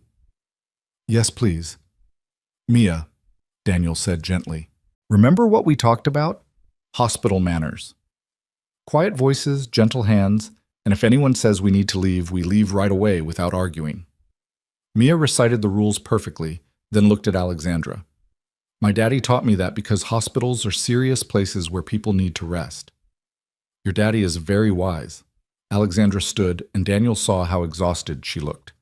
Before we go in, Ellie's still weak. She tires easily. If she starts to fade, I'll need to end the visit. We understand, Daniel said. Alexandra led them through the ICU doors, past nurses' stations and the soft beeping of monitors to a room at the end of the hallway. She paused with her hand on the door. She's been asking about you constantly since I told her you were coming. Fair warning, my daughter has no filter and will probably ask you extremely personal questions. Mia grinned. Same. Alexandra smiled, a real smile that transformed her face, and pushed open the door. Ellie Pierce was sitting up in bed, surrounded by what looked like every stuffed animal in the Western Hemisphere. Her blonde hair had been brushed into pigtails, and despite the paleness of her skin and the IV in her arm, her eyes were bright with anticipation. Are you Daniel? She asked immediately. Are you the one who gave me blood? I am. Daniel stepped forward, suddenly uncertain. What did you say to a child you'd saved? How did that conversation even work? But Ellie didn't give him time to overthink. Thank you. Mommy says I would have died if you didn't help. That's really big. Like, really, really big. You're welcome, Ellie. I'm glad I could help. And you must be Mia. Ellie's attention shifted with the rapid-fire focus of a 9-year-old. Do you like Frozen? Because I love Frozen. Olaf is my favorite. Who's your favorite? Elsa, Mia said, stepping forward and handing over her drawing. I made you this. It's you getting better. See, those are the rainbow blood cells making you strong again. Ellie took the drawing with reverence. This is the best card anyone's ever given me. Look, Mommy, look at the rainbow blood. Alexandra moved to her daughter's bedside, her hand automatically checking Ellie's forehead for fever. It's beautiful, Mia. That was very thoughtful. Can Mia sit on my bed, please? We need to discuss important frozen theories. Daniel looked at Alexandra, who looked at a nurse who'd just entered to check vitals. The nurse smiled. As long as you're gentle and don't jostle the IV, I think that would be fine. Mia climbed carefully onto the bed, and within seconds the two girls were deep in animated conversation about whether Elsa's Ice Palace had a bathroom and what flavor of ice cream Olaf would be if he could be an ice cream flavor. Daniel and Alexandra stood awkwardly near the door, watching their daughters connect with the effortless ease of childhood. She seems good, Daniel said quietly, stronger than I expected. The transfusion made a huge difference. Dr. Chen says if she continues improving, we can go home Monday. Alexandra's voice caught. Because of you. We don't have to keep doing this. You don't have to keep thanking me. Yes, I do. Alexandra turned to face him. Because gratitude isn't just about saying thank you. It's about... She paused, searching for words. It's about letting someone know that what they did mattered, that it changed things, and what you did changed everything. Before Daniel could respond, Ellie called out, Daddy, can you come here? Mia and I need a grown-up opinion. Daniel glanced at Alexandra, confused. She means you, Ellie said, as if it were obvious. You gave me blood, so you're kind of like a temporary bonus dad. That's how biology works. Daniel felt something crack open in his chest. I'm honored, he said, moving to the bedside. What's the question? Do you think Kristoff was always in love with Anna, or did it happen gradually throughout the movie? Ellie asked with complete seriousness. Mia added, Daddy's really good at analyzing character development. He's an engineer, so he understands structure. Was an engineer, Daniel corrected automatically. Was. Ellie tilted her head. Why not anymore? And there it was, the question Daniel had learned to deflect, to avoid, to redirect. But something about Ellie's direct gaze, about Mia's presence beside her, about Alexandra standing quietly near the window, made him answer honestly. Because sometimes life gives you choices that aren't really choices. My wife got sick and died, and I had to decide between my career and taking care of Mia. I chose Mia. I'd choose her 1,000 times over, but it meant I couldn't be an engineer anymore. Ellie processed this with a child's blunt logic. That's sad, but also kind of beautiful. Like in Beauty and the Beast, when Belle trades herself for her father, you traded your job for Mia. I guess I did. Was your wife nice? Ellie asked. What was her name? Sarah. And she was the nicest person I ever knew. Mia leaned against Daniel's side. She used to make really good pancakes, and she sang off-key, but she didn't care. And she always knew when Daddy was sad, even when he was pretending not to be. She sounds perfect, Ellie said. Then, with the brutal honesty of a sick child, I'm glad you still have Mia, even though Sarah's gone. My dad left because he said having a sick kid was too stressful, so now it's just me and Mommy. The room went very quiet. Alexandra's back was rigid near the window, her shoulders tense. I'm sorry, Ellie, Daniel said gently. That must have been really hard. It was, but Mommy says some people break when things get hard, and some people get stronger. She got stronger. Ellie looked at her mother with pure love. She's the strongest person I know. Alexandra turned from the window, tears streaming down her face. She didn't try to hide them or wipe them away. She just stood there, broken open by her daughter's faith. Even when she's grumpy? Mia asked seriously. My daddy gets grumpy sometimes when he's tired from work, but he's still the best daddy. Even when she's grumpy, Ellie confirmed. Even when she forgets to eat lunch because she's on work calls. Even when she falls asleep in the hospital chair and snores really loud. I do not snore, Alexandra protested, but she was smiling through tears. You do, Mommy. It's okay. Everyone has flaws. You taught me that. Daniel watched this exchange and understood something fundamental. That Alexandra Pierce, the CEO, and Alexandra Pierce, the mother, were two completely different people. And the second one was trying to figure out how to exist in a world that only valued the first. A nurse appeared in the doorway. Sorry to interrupt, but Ellie, it's time for your afternoon meds and rest. She needs to sleep for a bit, she said to the room at large. But we were just getting to the important stuff, Ellie protested. We haven't even talked about whether Hans was evil the whole time or if he genuinely changed his mind halfway through. We can continue the debate another time, Daniel said, standing. You need to rest and get strong. Will you come back? Ellie's voice was suddenly small. Both of you? Daniel looked at Alexandra, who nodded almost imperceptibly. If your mom says it's okay, we'd love to, Daniel said. Please, Mommy? Of course, baby. Alexandra moved to the bed, kissing Ellie's forehead. Now take your medicine and sleep. I'll be right here. Mia carefully climbed off the bed and gave Ellie an awkward but heartfelt hug. You're really nice. I'm glad you didn't die. Me too, Ellie said seriously. And Mia? Thank you for the card. I'm going to keep it forever. In the hallway, after the nurse had ushered them out and closed the door, Mia looked up at Daniel with shining eyes. Daddy, she's the best. Can she really be my friend, even after she's not sick anymore? I think she'd like that very much. Mia turned to Alexandra. Your daughter is really smart and funny and brave. Thank you, Mia. Your dad raised you very well. He's the best. Mia said it with absolute conviction, then added, Are you still sad about being mean to him? Mia, Daniel said sharply, but Alexandra knelt down so she was eye level with Mia. Yes, I am. What I did was wrong, and I'm very sorry about it. Your dad deserved better. Mia studied her seriously. But you're trying to be better now? I am. Okay then, Mommy used to say that messing up is how we learn what not to do next time. Mia paused. Also, she said that forgiveness is a gift you give yourself, not the person who hurt you. I don't really understand that part yet, but Daddy says I will when I'm older. Alexandra's eyes filled with tears again. Your mommy was very wise. I know. Mia took Daniel's hand. Daddy, can we get ice cream on the way home? Hospital visits are stressful and ice cream helps. Daniel laughed despite everything. Yes, sweetheart, we can get ice cream.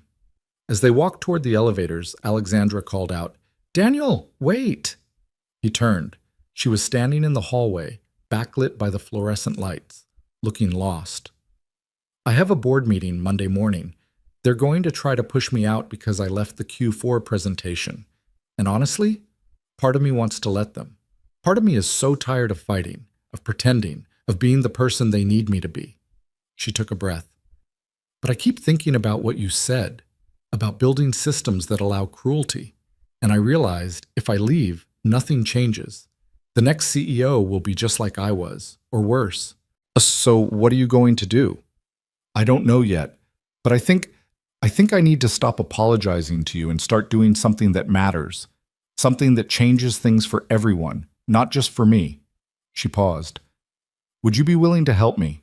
Not as my janitor, as someone who understands what it's like to be invisible in a system designed to keep you that way. Daniel was quiet for a long moment, Mia's hand warm in his.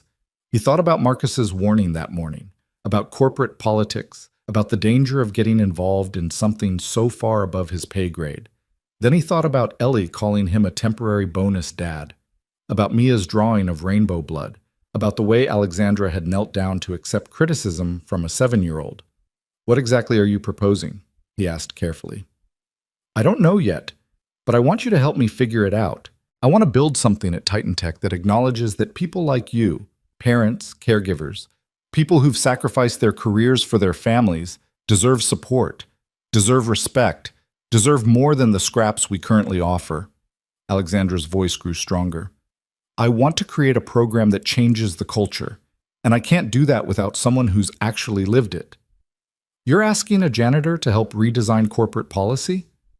I'm asking a father, an engineer, and a human being who gave blood until he almost passed out to help me be better than I've been. There's a difference. Mia tugged on Daniel's hand. Daddy, you should do it. That way other daddies and mommies won't have to be as tired as you. From the mouths of babes, Daniel thought. Okay, he said finally, but I have conditions. Name them. First, this isn't charity. If you're asking for my time and expertise, you pay me for it. Consultant rate, not janitor rate. Daniel was surprised by his own boldness, but he continued. Second, This has to be real. Not a PR stunt, not something you announce and then forget. If we're doing this, we commit to actually changing things. Agreed. What else? Third, you don't do this alone. You find other people in the company who are struggling, who are invisible, who have ideas but no platform. You listen to them, you amplify them, you build something that outlasts both of us. Alexandra nodded slowly. I can do that. But Daniel, I need something from you too. What? I need you to be honest with me. When I'm slipping back into old patterns, when I'm prioritizing the wrong things, when I'm becoming the person who yelled at you in that lobby, I need you to call me out. Can you do that? Daniel thought about it, really thought about it. What she was asking wasn't small. It was risky and complicated and could blow up in both their faces. But he thought about Mia, growing up in a world that would judge her by her father's job title. He thought about all the other single parents working 3 jobs, drowning in bills, invisible to the people they served. I can do that, he said. They shook hands in the hospital hallway, 2 people from different worlds, agreeing to try to build a bridge. That evening, after ice cream and dinner and tucking Mia into bed, Daniel sat at his kitchen table and tried to process everything that had happened. In less than 48 hours, his entire life had shifted on its axis. He was still a janitor. He was still broke. He was still exhausted. But something had changed. His phone buzzed. A text from Alexandra. Thank you for bringing Mia today. Ellie hasn't smiled that much in months. And thank you for agreeing to help. I know I don't deserve your trust, but I promise I won't waste it. Daniel stared at the message for a long time before responding. Everyone deserves a second chance. The question is what we do with it. See you Monday. But Monday felt both impossibly far away and terrifyingly close. Because Daniel knew that what Alexandra was proposing, taking on the board, changing corporate culture, building something new, could either be the beginning of real change or the spectacular collapse of good intentions. He thought about his conversation with Ellie, about how some people break and some people get stronger, about how Sarah used to say that the world changed one choice at a time, one act of courage after another, until suddenly you looked back and realized everything was different. In her hospital room, Alexandra sat in the uncomfortable chair beside Ellie's bed, watching her daughter sleep. The monitors beeped steadily, reassuring. Dr. Chen had said Ellie could go home Monday if she continued improving. Home, where Alexandra would have to figure out how to balance being a mother and fighting for her job. But she wasn't fighting for her job, she realized. She was fighting for the chance to transform it into something worth keeping. Her phone sat in her lap, open to a document she'd started titled Support Initiative Proposals. She'd been working on it for the past hour, trying to articulate what Daniel had made her understand, that true change required dismantling the structures that made cruelty easy. She'd thought corporate success meant ruthless efficiency, meant cutting waste, meant optimizing every metric. But she'd forgotten that people weren't metrics, that behind every job title was a human being with a story as complicated as her own. Daniel had a daughter to raise alone. Alexandra had a daughter fighting for her life. Somewhere in the space between those two truths was the possibility of understanding, of connection, of building something that acknowledged they were all just doing their best in an impossible world. The board meeting Monday would be brutal. Marcus Holloway would come armed with arguments about fiduciary responsibility, about the need for steady leadership, about how emotional decisions had no place in the boardroom. But Alexandra was done being the kind of leader who checked her humanity at the door, done being the kind of CEO who valued quarterly profits over human dignity, done being the woman who could yell at a janitor without seeing him as a person. She looked at her sleeping daughter and made a promise in the quiet dark of the ICU. Whatever it costs, whatever it takes, I will build something worth believing in, something worth fighting for, something that makes you proud. And if they forced her out, if Marcus Holloway and his allies succeeded in pushing her aside, then at least she'd go down swinging for something that mattered. Her phone buzzed with an email notification. Subject line, Emergency Board Session, Monday, 9 a.m., mandatory attendance. Alexandra read through the email, saw the thinly veiled threats, the implications that her leadership was in question, that her actions had consequences. She replied with 3 words, I'll be there. Then she added a second email, this one to Jennifer, her assistant. I need you to compile a list of every single parent employee at Titan Tech, every caregiver, every person who's working multiple jobs or facing medical debt or struggling with dependent care. I need names, stories, and permission to share those stories. We're going to build something, and I need to show the board exactly who we've been failing. It was nearly midnight when she finally closed her laptop. Ellie stirred in her sleep, and Alexandra reached out, smoothing back her daughter's hair. "We're going to be okay, baby," she whispered. "I promise. We're going to build something better." And for the first time in 8 months of hospitals and fear and exhausting uncertainty, Alexandra actually believed it. Monday morning arrived with rain that turned the city streets into rivers of reflected light. Daniel woke at his usual 4:30, but this time anxiety kept him from falling back asleep. Today wasn't just another shift cleaning floors. Today, he was supposed to meet Alexandra before the board meeting to discuss the proposals she'd been working on all weekend. He'd received 3 emails from her since Friday, each one longer and more detailed than the last, filled with ideas and questions and a kind of desperate energy that reminded him of his own engineering days, when he'd stay up all night solving problems that mattered. The latest email had arrived at 2 a.m. with the subject line, "I think I've got it. Please tell me if I'm completely off base." Daniel had read through her proposal twice, making notes in the margins. She was thinking bigger than he'd expected, not just a support program for single parents, but a complete restructuring of how Titan Tech approached work-life balance, benefits, and what she called human-centered leadership. It was ambitious. Maybe too ambitious. But it was real. That much was clear. Mia was still asleep when he left for work at 5 a.m., leaving her in Mrs. Chen's care with a note promising he'd be home early. The bus ride to Titan Tech felt longer than usual, his mind spinning through everything that could go wrong today. Marcus's warning from Friday kept echoing in his head. Corporate politics can get ugly. The building's lobby was empty when Daniel arrived, just the way he liked it. But today the silence felt ominous rather than peaceful. He started his route mechanically, pushing the cleaning cart, his mind elsewhere. At 7:15, his phone buzzed. "Alexandra, I'm here early. Conference room 12B when you have a chance? I know you're working, but I really need to run through this with someone before facing the board." Daniel glanced around the empty lobby, made a decision, and texted back. "Give me 10 minutes. Conference room 12B was one of the smaller meeting spaces on the 3rd floor. Glass walls, modern furniture, a whiteboard covered in Alexandra's handwriting from what must have been a late-night planning session. She was standing at the window when he arrived, wearing a sharp gray suit that looked like armor, her dark hair pulled back severely, but her hands were shaking as she held a coffee cup. "You came," she said, turning. "I wasn't sure if you could get away." "I have a few minutes. What do you need?" Alexandra gestured at the whiteboard, which was covered in diagrams, bullet points, and what looked like financial projections. "I need you to tell me if this is insane, if I'm proposing something that sounds good but can't actually work in the real world." Daniel moved closer, studying the board. She'd broken down her proposal into 3 main initiatives: flexible scheduling and remote work options for caregivers, an emergency support fund for employees facing medical or family crises, and a mentorship program pairing executive leadership with workers across all levels of the company to break down the hierarchical barriers that made people like him invisible. "This is good," Daniel said slowly. "Really good.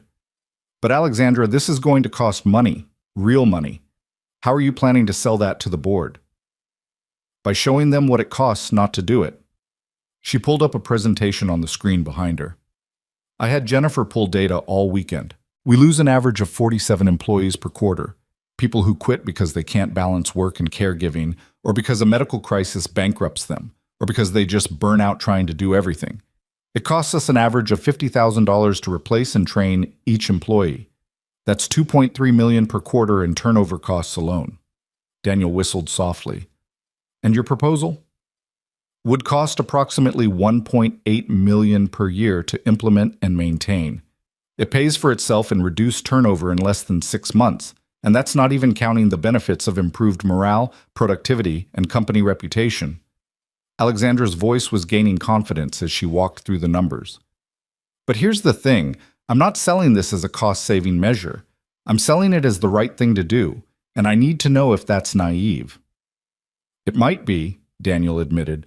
Boards care about profit, not principles. Then I'll give them both. Alexandra's jaw set. I'll show them the numbers first, then I'll tell them about you, about how a janitor saved my daughter's life, and made me realize we've built a company that treats people as disposable. And I'll ask them point blank, what kind of company do we want to be? Daniel felt something tight in his chest. They're going to fight you on this, especially if they're already looking for reasons to push you out. I know, that's why I need you there. What? Alexandra turned to face him fully. I need you in that meeting, not as a janitor, as the consultant I've hired to help redesign our employee support systems. I need them to hear your story directly. I need them to understand that this isn't abstract. It's about real people. Alexandra, I can't. I'm working. I have a shift to finish. I already cleared it with your supervisor. You're off the clock as of 8 a.m. She pulled out a folder and handed it to him. This is a consulting contract. 30 days, $50 an hour, with an option to extend. You'll work with me and the HR team to design and implement the new programs, if the board approves them. Daniel opened the folder, staring at numbers that would change his life. $50 an hour.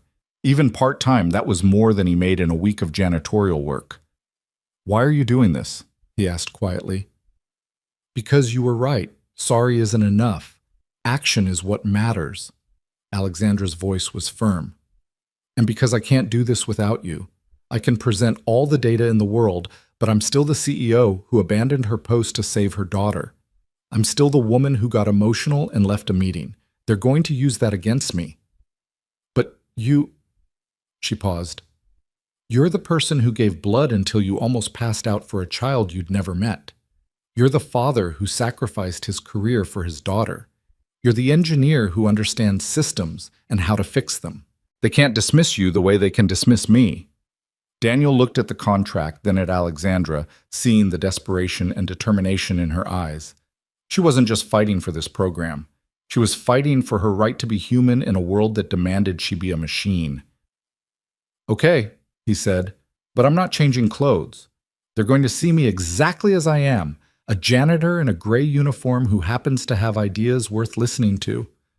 Alexandra smiled, and for the first time since he'd met her, it reached her eyes. Perfect. The next hour passed in a blur of preparation. Alexandra walked Daniel through every slide, every argument, every potential objection. She'd done her homework, compiled testimonials from employees struggling with caregiving, research on corporate support programs from other companies, financial models showing return on investment.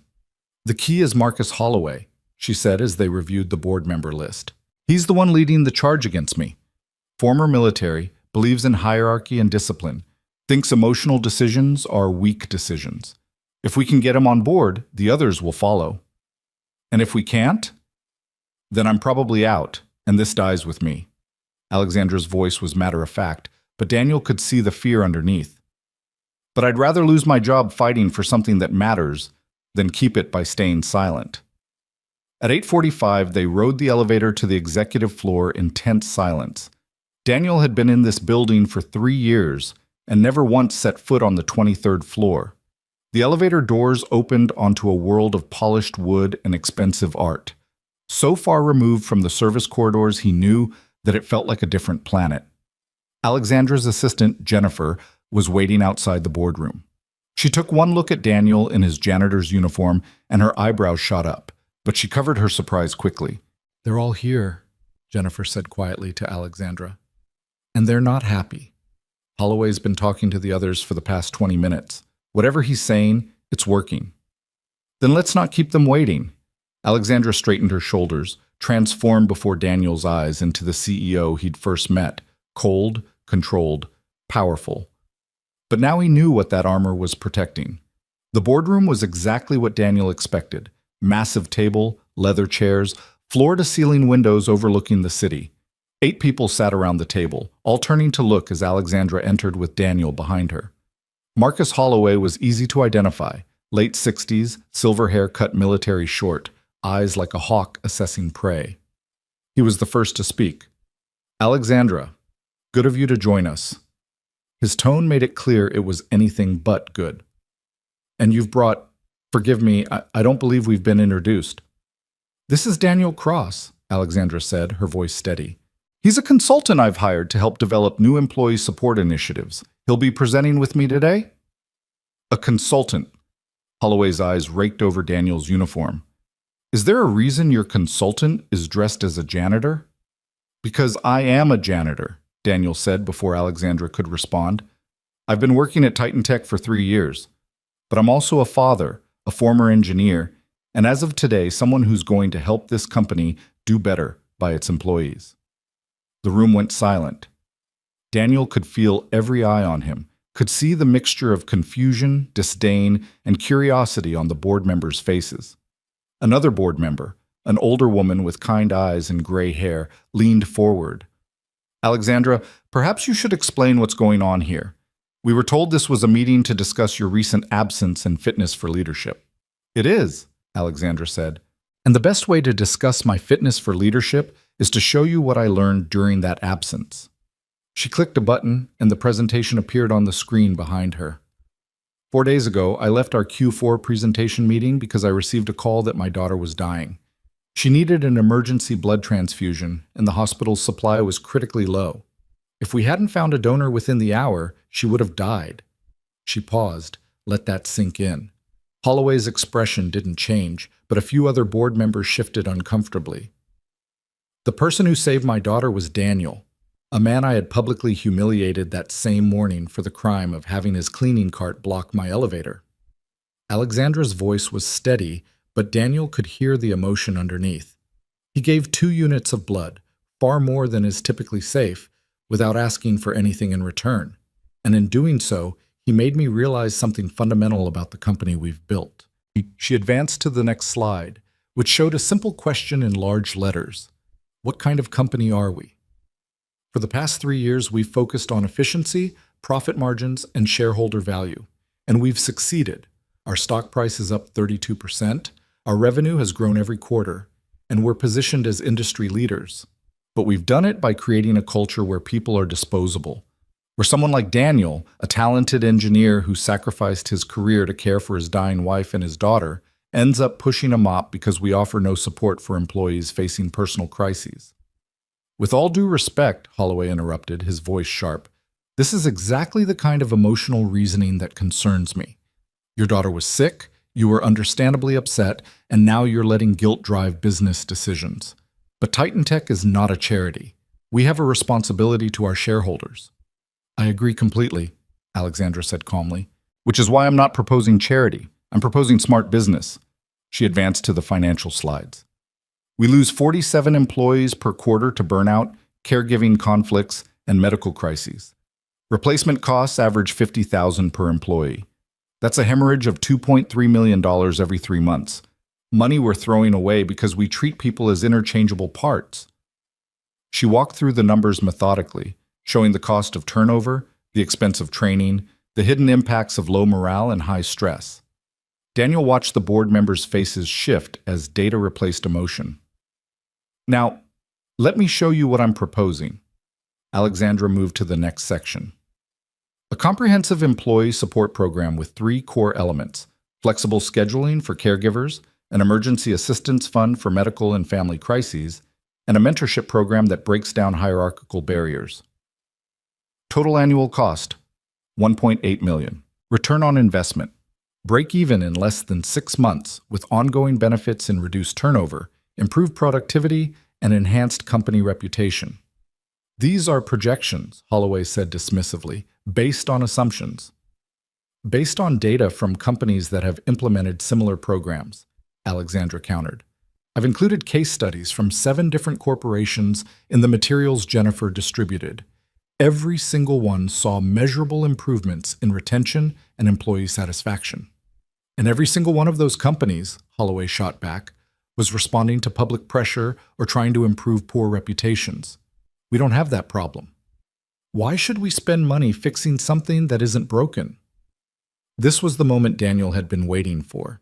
He stood, and all eyes turned to him. Because it is broken, Daniel said quietly. You just can't see it from up here. Holloway's eyes narrowed. Excuse me? I worked as an engineer at Hastings Technologies before my wife died. I was good at my job. Great, actually. But when Sarah got sick, I had a choice: keep my career or be there for my daughter. Hastings had no flexibility, no support, no understanding that employees are human beings with lives outside the office. So I quit, or got fired. The line was pretty blurry by the end. Daniel moved to stand beside Alexandra, facing the board directly. I lost my house, I lost my savings, I lost any chance of working in my field again because 3-year gaps on a resume are impossible to explain in a 5-minute interview. And I'm not unique. There are hundreds of employees at Titan Tech right now, maybe thousands, who are one crisis away from the same situation. You call it efficiency, we call it survival. That's very touching, Holloway said, his voice dripping with condescension. But personal sob stories don't change business realities. Companies exist to make profit, not to coddle employees who can't handle their responsibilities. Is that what you think I couldn't handle? Daniel's voice remained calm but gained an edge. I couldn't handle watching my wife die while trying to keep my daughter fed and housed. I couldn't handle a healthcare system that bankrupted us while claiming to save her. I couldn't handle working 80-hour weeks while grieving and parenting and trying not to collapse. He paused. Or maybe the system couldn't handle the reality that employees are human beings who sometimes need help. The kind-eyed woman spoke up again. Mr. Holloway, I think we should hear them out. Alexandra has prepared a comprehensive proposal, and dismissing it without consideration doesn't serve anyone's interests. I second that, another board member added, a younger man who'd been taking notes throughout. The retention data alone is worth examining. Holloway sat back, his expression stony. Fine, present your full proposal, but I reserve the right to call a vote on Alexandra's leadership regardless of what's presented here. Fair enough, Alexandra said. She spent the next 40 minutes walking through every detail of the proposal. The flexible scheduling program that would allow employees to adjust hours for caregiving needs, the emergency fund that would provide interest-free loans and grants for medical crises, the mentorship initiative that would pair executives with workers across all levels to foster understanding and break down barriers. Daniel added context throughout, explaining what each element would have meant for him, for his wife, for his daughter.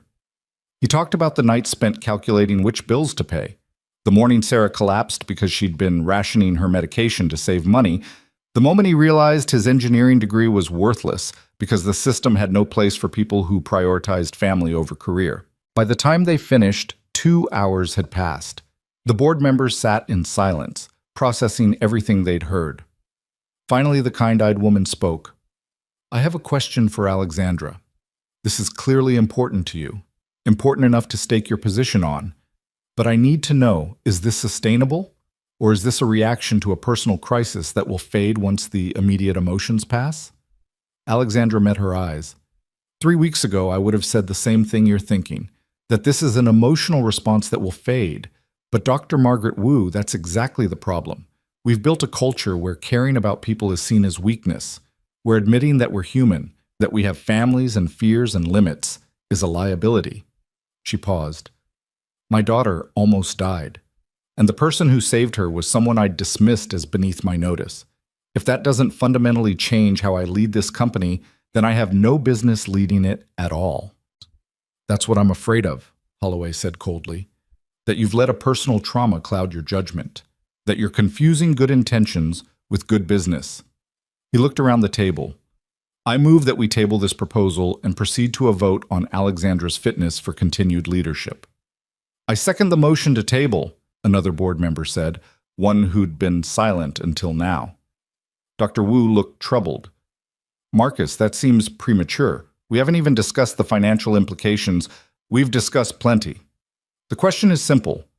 Do we want a CEO who makes decisions based on emotion or one who makes them based on logic? Holloway's voice was hard. Alexandra walked out of a critical meeting because of a personal emergency. She's now proposing we spend nearly $2 million on a program designed to make employees feel better about their choices. This isn't leadership, it's guilt. Daniel felt Alexandra tense beside him. This was the moment she'd been afraid of, the moment when her humanity would be used as a weapon against her. But before she could respond, Dr. Wu spoke again. Marcus, I've sat on this board for 12 years. I've watched us prioritize profit over people again and again, always with the justification that it's just business.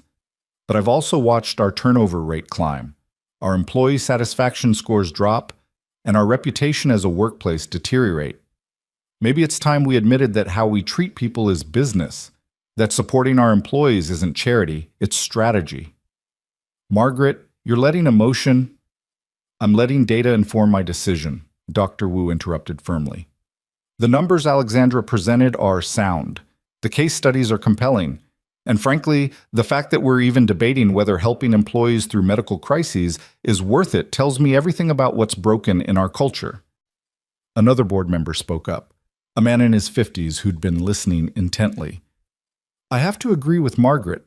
My son is a teacher. He and his wife had twins last year, and they nearly went bankrupt trying to manage childcare while both working. They're exactly the kind of people this program would help. And if we can do it while improving our bottom line, that's not emotion, that's smart business. The tide was turning. Daniel could see it in the way board members were looking at each other, the way the energy in the room was shifting. But Holloway wasn't done fighting. This is absurd. We're about to revolutionize our entire corporate structure because our CEO had a bad week? He stood, his voice rising. I've spent 40 years in business, and I can tell you with certainty that companies that prioritize feelings over profits don't survive. We have a responsibility— To what? Alexandra cut him off, her voice sharp. To shareholders? Fine. Let me ask you this. What do you think happens to stock price when news breaks that our turnover rate is 3 times the industry average? What happens when employees start speaking out about our toxic culture? What happens when we lose talented people like Daniel because we're too rigid to acknowledge that they're human? She leaned forward. You want to talk about responsibility to shareholders? Show me one, just one, piece of data that says treating people poorly is good for long-term stock value. Holloway's face flushed red. You're out of line. No, I'm finally in line with my values, with my daughter's expectations of who I am, with the kind of leader I want to be. Alexandra's voice was steady now, all doubt gone. You can call for a vote on my leadership. You can push me out. But if you do, I promise you, I will make sure every employee, every investor, every reporter knows exactly what this board stood for. That when given the choice between profit and people, you chose profit, and we'll see how that works out for the stock price. The room fell silent. It was a threat, clearly and deliberately made. But it was also the truth. Dr. Wu broke the silence. I'd like to propose an alternative to Marcus's motion. Let's pilot this program for 6 months. Start small, maybe with 1 department or division. Track the metrics Alexandra outlined. If it works, we expand. If it doesn't, we reevaluate. But we give it a real chance before making any decisions about leadership. I support that, the younger board member said immediately. As do I, added the man with twin grandbabies. One by one, board members voiced their support until only Holloway and 1 other member remained opposed. This is a mistake, Holloway said, his voice tight with barely controlled anger. And when it fails, and it will fail, I will make sure everyone knows I opposed it. That's your prerogative, Alexandra said calmly. Jennifer, please note for the record that the board has approved a 6-month pilot program for the employee support initiatives presented today. Daniel Cross will serve as consulting lead, working with HR and department heads to design and implement the program. We'll report back monthly on progress and metrics. As the board members filed out, some stopping to shake Alexandra's hand or nod at Daniel, Holloway approached them one last time. You may have won today, he said quietly, but this isn't over. The minute your little experiment shows any sign of failure, I'll be there. And next time, you won't have a heartwarming story to hide behind. I'm not hiding, Alexandra said. I'm finally stepping out into the light. And Marcus, I'm not afraid of you anymore. I'm only afraid of becoming the person I was a week ago. After he left, Alexandra turned to Daniel, and suddenly the armor cracked. She was shaking, her eyes bright with unshed tears. We did it, she whispered. We actually did it. You did it, Daniel corrected. I just told my story. Your story changed everything. Alexandra sat down heavily in one of the leather chairs. When you talked about choosing Mia over your career, when you made them see that it wasn't a failure of character but a failure of system, that's when I saw them shift. Daniel sat down across from her, suddenly aware of how exhausted he was. The adrenaline that had carried him through the meeting was fading, leaving him drained. "What happens now?" he asked. "Now we build it. 6 months to prove this works. To show that treating people like human beings doesn't just make moral sense. It makes business sense." Alexandra looked at him seriously. "Are you ready for that? Because it's going to be hard work, and you're going to face pushback from people who think you don't belong here." "Ooh, I've been facing that pushback for 3 years," Daniel said. "The difference is now I have a chance to change things for people like me. For Mia. For all the kids whose parents are drowning trying to hold everything together." He paused. "So yes, I'm ready." They sat together in the empty boardroom as the rain continued to fall outside. Two people from different worlds who'd been brought together by crisis and blood and the slim possibility that something better was achievable. "Thank you," Alexandra said finally, "for believing this was possible when I wasn't sure I did." "Thank you for asking me to help build it," Daniel replied. His phone buzzed. A text from Mrs. Chen. "Mia asking when you come home. Says she wants to hear about your big meeting." Daniel smiled. "I need to go. My daughter's waiting." "Of course." Alexandra stood, extending her hand. "I'll have Jennifer set up a schedule for this week. We have a lot of work to do." They shook hands, CEO and janitor, consultant and client, two parents who understood that the most important work wasn't done in boardrooms, but in the small moments when you chose kindness over convenience, people over profit, hope over fear. As Daniel rode the bus home through the rain-soaked streets, his janitor's uniform still on, a consultant contract in his bag and $50 an hour in his future, he thought about everything that had changed in less than a week. About how one moment of choosing to help rather than hurt had set off a cascade of consequences neither he nor Alexandra could have predicted. He thought about Mia's question. "Are you still sad about being mean to him?" And Alexandra's answer, "Yes, I am. But I'm trying to be better now." That was all any of them could do, really. Acknowledge the hurt, try to be better, build something that made the next person's journey a little less impossible. The bus pulled up to his stop. Daniel stepped out into the rain, heading home to tell his daughter about the meeting, about standing in a boardroom in his gray uniform and making 8 people in expensive suits listen to what it meant to be invisible. About how sometimes the most revolutionary thing you could do was simply insist on being seen. Mia was waiting at the window when Daniel came home, her face pressed against the glass, breath fogging the pain. The moment she saw him, she flew to the door. "Daddy, Mrs. Chen said you were at a really important meeting with fancy people. Did you tell them about me? Did they listen? Are you still a janitor, or are you something else now?" Daniel scooped her up despite his exhaustion, breathing in the familiar scent of her strawberry shampoo. "I'm still a janitor, but I'm also a consultant now, which means I get to help make the company better for people like us." "What's a consultant?" "Someone who helps solve problems." Mia pulled back to look at his face, her expression serious. "You've always been good at that, Daddy. Remember when my dollhouse broke and you fixed it with popsicle sticks and made it even better than before?" "I remember." "This is like that, right? Except instead of a dollhouse, you're fixing a whole company." Daniel laughed despite everything. "Yeah, sweetheart. It's exactly like that." The next 6 weeks passed in a blur of meetings and planning sessions, late nights and early mornings, the careful work of building something from nothing. Daniel found himself in conference rooms he'd only ever cleaned, sitting at tables he'd polished, contributing ideas that people actually listened to. It was disorienting, exhilarating, terrifying. The first real test came 2 weeks in, when he presented the flexible scheduling framework to department heads. He'd prepared meticulously, practiced his presentation with Mia as his audience, worn the one good shirt he owned instead of his janitor's uniform. But the moment he walked into the room, he could feel the resistance. These were middle managers who'd climbed the corporate ladder by never questioning the system, and here was a former janitor telling them they needed to change everything. "Let me get this straight," one manager said, his tone dripping with skepticism. "You want us to allow employees to work from home up to 3 days a week? To adjust their schedules around childcare? Do you have any idea how that will impact productivity? I do, actually, Daniel replied calmly. He pulled up a slide showing data from the pilot program they'd started in the IT department. Remote workers in our test group showed a 17% increase in productivity.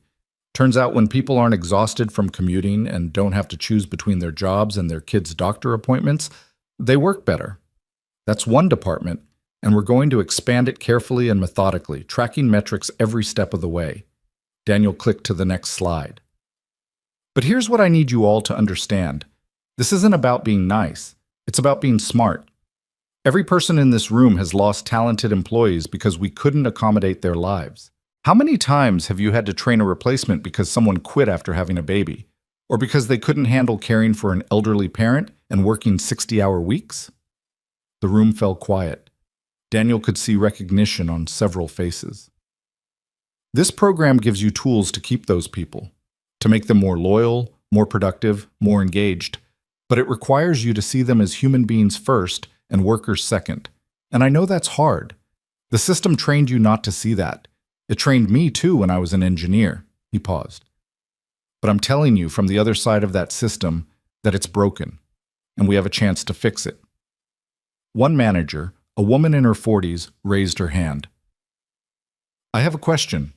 You mentioned you were an engineer. What made you leave that field? Daniel had been asked this question a dozen times in the past 2 weeks. Each time it got a little easier to answer and a little harder. My wife died, and I had a daughter who needed me more than I needed my career, but the company I worked for couldn't or wouldn't accommodate that. So I lost everything. He met the woman's eyes. I don't want anyone else to face that choice. No one should have to choose between the people they love and being able to pay rent. The woman nodded slowly. My sister went through something similar after her divorce. She's a nurse, a good one, but she had to go part-time because she couldn't afford childcare on her schedule. She makes half what she used to, and she's constantly stressed about money. If her hospital had something like this, exactly, Daniel said quietly. That's what we're trying to build. A system that acknowledges people have lives. That supporting them through the hard times isn't charity, it's investment. By the end of the meeting, he had tentative buy-in from 8 of the 12 managers. Not perfect, but it was progress. Alexandra was waiting in the hallway when he emerged, her arms crossed, her expression unreadable. You didn't tell me you were going to bring up your wife, she said quietly. I wasn't planning to, it just happened. It was effective. I saw their faces change when you talked about losing everything. She paused. But Daniel, you don't have to relive your trauma to make this work. You don't owe anyone your pain. I'm not giving them my pain. I'm giving them context. Daniel leaned against the wall, suddenly tired. These are people who've never had to make impossible choices. They need to understand what's at stake. Just promise me you'll take care of yourself. Ellie's been asking about you and Mia. She wants you both to come to dinner this weekend. Would that be okay? Daniel thought about it. In the chaos of the past weeks, he'd almost forgotten about the human connection that started all of this. The 2 little girls who'd bonded over Frozen and hospital rooms. Yeah, he said. I think Mia would love that. The dinner happened on Saturday evening at Alexandra's house in the hills. Daniel had been prepared for wealth, but the reality still took his breath away. Soaring ceilings, walls of glass overlooking the city, furniture that probably cost more than his annual salary. But Mia, bless her, was completely unbothered by the opulence. She walked in, looked around, and immediately said, Wow, your house is really big. Do you have a lot of people living here, or is it just you and Ellie? Ellie, who was looking healthier than Daniel had ever seen her, giggled. Just us. It's kind of too big, actually. Sometimes I get lost. That's silly. Houses shouldn't be confusing. Mia took Ellie's hand. Can you show me your room? I want to see if you have Frozen posters. The girls disappeared upstairs, leaving Daniel and Alexandra standing awkwardly in the massive foyer. Your daughter is remarkably self-possessed, Alexandra said with a smile. She's had to be. Growing up the way we did, she learned early that money doesn't make people better or worse. Just different. Daniel followed Alexandra into the kitchen, which looked like something from a magazine. How's Ellie doing? Really doing? Good. Really good. Alexandra started pulling ingredients from the refrigerator. Her counts are stable. We're still on the transplant list, but the doctors are optimistic that with continued transfusions and medication, she might not need it, and the new treatment protocol seems to be working. She paused, her hands stilling. Because of you. Because of your blood. Alexandra, we talked about this. I know, but standing here in my kitchen, making dinner with my daughter laughing upstairs, I need you to understand what you gave me. You gave me this moment, every moment I get with her from now on. Daniel didn't know what to say to that, so he did what he always did when emotions got too big. He redirected. What are we making? Pasta. Mia mentioned she likes spaghetti, and Ellie's been craving carbs since she got home from the hospital. Alexandra handed him a cutting board and vegetables. You chop. I'll handle the sauce, and we'll pretend this isn't surreal. They fell into an easy rhythm, working side by side. It felt domestic in a way that made Daniel's chest tight. He hadn't cooked with someone else since Sarah died, hadn't shared kitchen space, hadn't navigated the dance of preparing a meal together. How's the program going? Alexandra asked as she stirred the pot. I know you had the department head meeting this week. It's going, slowly. There's a lot of resistance from middle management.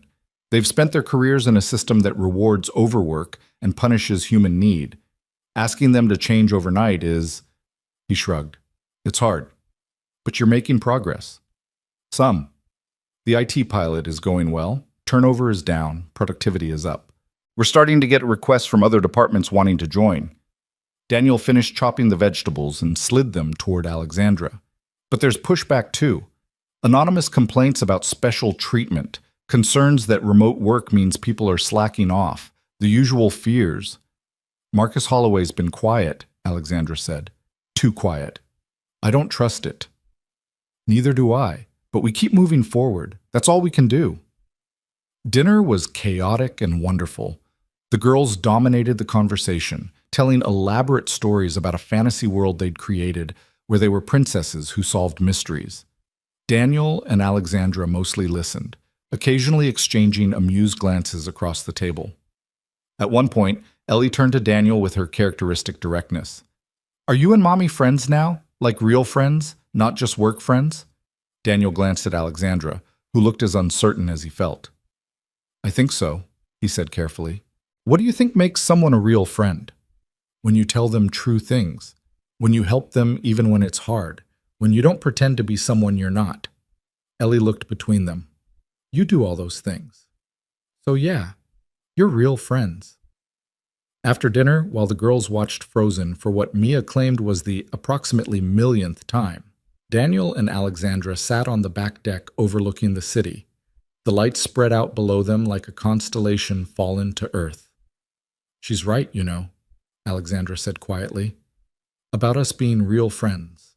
I don't have many of those. People who see past the CEO and just see me. That goes both ways. I don't have many people who see past the janitor and the tragedy and just see me either.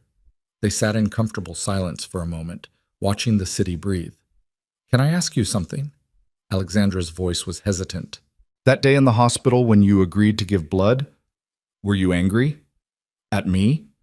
At the situation? At the unfairness of it all? Daniel considered the question carefully. No, not angry, maybe resigned, like the universe had a sense of humor, putting me in a position to save the daughter of the woman who'd just humiliated me. He turned to look at her. But Ellie wasn't you. She was just a kid who needed help, and I couldn't not help even if I'd wanted to. I don't know if I could have done the same, if our positions had been reversed. Alexandra's voice was raw with honesty. I'd like to think I would have, but I don't know. And that terrifies me, that I might have become someone who would let a child die because their parent had been cruel to me. But you didn't become that person. You're here. You're changing things. That has to count for something. Does it? I mean, I only changed because I was forced to confront what I'd become. If Ellie hadn't gotten sick, if you hadn't been the donor, I'd still be that woman in the lobby, treating people as obstacles instead of humans. Maybe, or maybe you would have had a different wake-up call. People don't change just because of one moment. They change because they're ready to change and something gives them permission. Daniel stretched his legs out in front of him. You were ready. The circumstances just provided the catalyst. You're very generous with your interpretations. I'm realistic. We're all capable of cruelty. We're all capable of grace. The question is which one we choose when the moment demands a decision. Alexandra was quiet for a long moment. Then she said, I got an email from Holloway this afternoon. He's calling for a full board review of the pilot program. Wants to examine every expense, every metric, every decision we've made. That was inevitable. I know, but Daniel, he's going to come after you. Your background, your qualifications, your right to be in this position. He's going to try to discredit the program by discrediting you. Let him try. Daniel's voice was calm. I'm not hiding who I am or where I came from. If he wants to argue that janitors shouldn't have opinions about corporate culture, he's welcome to make that case. I'll be happy to explain to the board exactly why that attitude is the problem. You're braver than I am. No, I'm just too tired to be scared anymore. I've already lost everything that mattered once. This job, this program, it's important, but it's not worth compromising who I am. And if they can't accept that, then they don't deserve what we're trying to build. Inside, the movie reached the crescendo of Let It Go, and they could hear the girls singing along at the top of their lungs, slightly off key, but absolutely committed. Alexandra laughed, the sound surprised and genuine. 3 months ago, I couldn't remember the last time I heard Ellie sing. She was too weak, too sick, too tired, and now listen to her. She's a fighter, like her mom. You keep saying things like that, kind things, after everything I did to you. Because you're making it true. You're fighting for something that matters. You're using your power to help people instead of hurt them. That deserves acknowledgement. Daniel stood, stretching. But we should probably rescue that movie before they rewind it and watch it again. The evening ended with Mia falling asleep on Alexandra's couch, exhausted from singing and playing and being 7 years old with a friend who understood what it was like to be scared. Daniel carried her to the car, her head on his shoulder, her small hand clutching his shirt. Thank you for tonight, he said to Alexandra, who'd walked them out. Mia needed this. I needed this. Same. And Daniel? Alexandra hesitated. Whatever happens with Holloway, with the board, with all of it, I want you to know that meeting you changed my life, not just because you saved Ellie, but because you showed me what it looks like to live with integrity, to make the hard choices and still be kind. You're doing the same thing. Every day you fight for this program, you're making that choice. He drove home through the dark streets, Mia sleeping in the back seat, his mind spinning through everything that had happened. 6 weeks ago, he was just a janitor trying to survive. Now he was helping reshape corporate culture, having dinner with CEOs, being paid consultant rates to share his expertise. But the strangest part wasn't the change in circumstances. It was the change in himself. The way standing up in that boardroom, insisting on being seen, had reminded him that he was more than his circumstances. That losing his career hadn't erased his knowledge, his skills, his worth. The board review happened 3 weeks later, on a gray Tuesday morning that felt heavy with consequence. Daniel arrived early, dressed in the same good shirt he'd worn to his first department head meeting, his notes organized in the leather folder Alexandra had given him as a thank you gift. Marcus Holloway was already in the boardroom when Daniel entered, surrounded by stacks of printed reports and wearing an expression of grim satisfaction. Mr. Cross, good of you to arrive on time. I hope you're prepared to answer some questions about this program you've convinced Alexandra to champion. I'm prepared to present the data and let it speak for itself, Daniel replied calmly. The other board members filed in over the next 10 minutes. Dr. Margaret Wu gave Daniel an encouraging nod. The younger board member, whose name Daniel had learned was James Chen, offered a quick smile. But most of the others looked guarded, waiting to see which way the wind would blow. Alexandra was the last to arrive, her expression composed, but her hands gripping her portfolio tightly. She took her seat at the head of the table and called the meeting to order. Thank you all for coming. I know Marcus has raised concerns about the employee support program, and I think it's important we address them comprehensively. She nodded to Daniel. Daniel's going to walk us through the results of the 6-week pilot, and then we'll open the floor for questions and discussion. Daniel stood and connected his laptop to the presentation screen. He'd spent the past 3 days preparing for this, anticipating every attack, every objection, every attempt to discredit the work they'd done. He started with the numbers, cold, hard data that couldn't be argued with. Turnover in the IT pilot department had dropped by 43%. Employee satisfaction scores were up 31%. Productivity metrics showed a 14% increase. And the Emergency Assistance Fund had prevented 3 employees from quitting, employees whose replacement costs alone would have exceeded the fund's entire quarterly budget. "These are impressive numbers," Dr. Wu said when he paused. "Much better than I expected for such a short pilot period." "They're self-reported numbers from a friendly department," Holloway cut in. "Of course, people are going to say they're happier when they know they're part of a special program getting special attention. This is basic Hawthorne effect, results that won't hold up once the novelty wears off." "That's why we built in control mechanisms," Daniel replied. He advanced to the next slide. "We compared our pilot department to 3 similar departments that maintained standard policies. The control department showed a 2% drop in satisfaction and a 12% increase in turnover over the same period. The difference is statistically significant and expensive," Holloway shot back. He pulled out one of his printed reports. "According to my analysis, this program costs the company approximately $47,000 per month. That's over $500,000 annually, assuming we only run 1 pilot. If we expand company-wide, we're looking at costs in excess of $3 million. "Your analysis is incomplete," Alexandra said, her voice sharp. "You're only counting direct costs. The flexible work infrastructure, the emergency fund disbursements, the administrative overhead. You're not accounting for the savings from reduced turnover, improved productivity, or enhanced company reputation. Because those are projections, not actual returns. No, they're measured results." Daniel pulled up his final slide, the one he'd debated including because it made things personal in a way that might backfire. But looking at Holloway's smug expression, he decided it was worth the risk. "This is Janine Martinez. She's worked in our IT department for 7 years. Single mother of 3, 2 jobs, barely scraping by. 6 weeks ago, her youngest son was diagnosed with leukemia. Without the Emergency Assistance Fund, she would have had to quit to care for him. We gave her a grant to cover 3 months of childcare and medical expenses, plus flexible scheduling so she could be at his treatments. Total cost to the company, $11,000.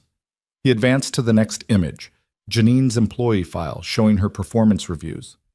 Janine is one of our top performers. Replacing her would cost approximately $60,000 in recruiting, hiring, and training. We saved $49,000 by helping her stay. But more than that, we kept a talented employee, we supported a family through a crisis, and we showed every other employee in this company that we value them as human beings. How do you put a price on that?" The room was silent. Daniel could see several board members looking at Janine's picture, at the numbers, calculating. Holloway recovered quickly. "That's one anecdote. What about the 2 other fund recipients? What's their return on investment?" Daniel was ready for this. He walked through each case methodically. Marcus Thompson, whose father had a stroke, and Lisa Park, whose car accident had left her with medical bills she couldn't pay. In both cases, the assistance provided had cost less than half of what replacing them would have. "The program works," Daniel said, returning to the front of the room. "Not just morally, but financially. We're spending money to make money. We're investing in people who invest in us. And if we expand this carefully and strategically, we can transform Titan Tech into the kind of company that attracts and retains the best talent, because we actually care about their lives. Or we can continue operating the way successful companies have always operated," Holloway said coldly. "Focusing on profit, efficiency, and results. Not coddling employees who can't manage their personal lives." "Marcus," Dr. Wu said, her voice weary, "do you hear yourself? You're advocating for a system that treats people as disposable. That's not just morally bankrupt, it's bad business. It's realistic business. The market doesn't care about feelings. The market cares about sustainability," James Chen spoke up. "And a company that burns through employees isn't sustainable. I've reviewed Daniel's analysis 3 times, and the numbers are solid. This program pays for itself in reduced turnover alone. Everything else is bonus." Another board member, a man who'd been silent until now, cleared his throat. "I'd like to propose we expand the pilot to 3 more departments. Continue tracking metrics for another quarter. If the results hold, we approve company-wide implementation." I second that, Dr. Wu said immediately. This is insane, Holloway said, his voice rising. We're restructuring our entire culture based on 6 weeks of data and a sob story about a janitor who gave blood? This is exactly the kind of emotional decision-making that has no place in corporate leadership. Then maybe corporate leadership needs to change, Alexandra said, standing. Her voice was calm but carried the weight of absolute certainty. Marcus, I understand your concerns, I really do. You come from a generation where showing weakness was fatal, where admitting you had a life outside work was seen as lack of commitment, but that world is dying, and companies that don't adapt will die with it. She walked to the window, looking out over the city. We have a choice. We can be the company that treats people as numbers on a spreadsheet, or we can be the company that acknowledges they're human beings with complicated lives. We can optimize for short-term profit, or we can invest in long-term sustainability. We can keep doing things the way we've always done them, or we can have the courage to build something better. She turned back to face the room. I vote to expand the pilot, and if anyone wants to challenge my leadership over this decision, I welcome that challenge, because I'd rather lose my job fighting for something that matters than keep it by staying silent. The vote was called. 8 in favor of expansion, 2 opposed, 2 abstaining. Not unanimous, but enough. After the meeting, as board members filed out, Holloway approached Daniel one last time. You think you've won, he said quietly, but this program will fail, and when it does, I'll make sure everyone knows it was your idea. That a janitor with no business degree tried to tell us how to run a company. Daniel met his eyes without flinching. I'm not a janitor anymore, Mr. Holloway. I'm a consultant, a father, and someone who understands what it's like to be crushed by a system that doesn't care if you live or die. If the program fails, I'll own that. But if it succeeds, and it will, I hope you'll have the grace to admit you were wrong. 3 months later, on a sunny Saturday morning, Daniel and Mia stood in the parking lot of St. Vincent's Hospital, watching Ellie run toward them with the boundless energy of a healthy child. Daniel! Emaya! She crashed into them with the force of a small hurricane, wrapping her arms around both of them. Guess what? My counts are perfect. The doctor said I might not need a transplant at all. The medicine and the transfusions worked. Alexandra followed more slowly, her face radiant with the kind of joy that came from having stared into the abyss and stepped back. Dr. Chen says it's remarkable. Her bone marrow is starting to produce cells on its own. She's not cured, we still have to monitor her closely, but she's stable. She's going to be okay. That's wonderful, Daniel said, feeling his throat tighten with emotion. I'm so happy for you both. Oh, we're going to celebrate, Ellie announced, with hot chocolate, the really good kind with whipped cream and chocolate chips, and you have to come because Mommy says we're celebrating you too. Me? Why? Because the program got approved for the whole company, Alexandra explained. The board voted yesterday, full implementation starting next month. Everything we built, the flexible scheduling, the emergency fund, the mentorship program, it's all happening. Mia jumped up and down. Daddy, that means you fixed it. You fixed the whole company. We fixed it, Daniel corrected, looking at Alexandra. All of us together. They went to the cafe across the street, the same one where Daniel and Alexandra had first talked about changing things. The girls ordered elaborate hot chocolates and immediately dove into a conversation about whether Elsa could beat Superman in a fight. How does it feel? Daniel asked Alexandra quietly. Knowing it's really happening? Terrifying, exhilarating, like standing on the edge of something huge and not knowing if it's going to work. She stirred her coffee absently. But mostly it feels right. Like for the first time in my career, I'm building something that matters beyond shareholder value. You're going to get pushback, you know that, right? Not everyone's going to embrace this. I know, but we have data now. We have proof it works, and we have something else. We have people like Janine Martinez who are willing to stand up and say this program saved their lives. That's powerful. Alexandra paused. And we have you.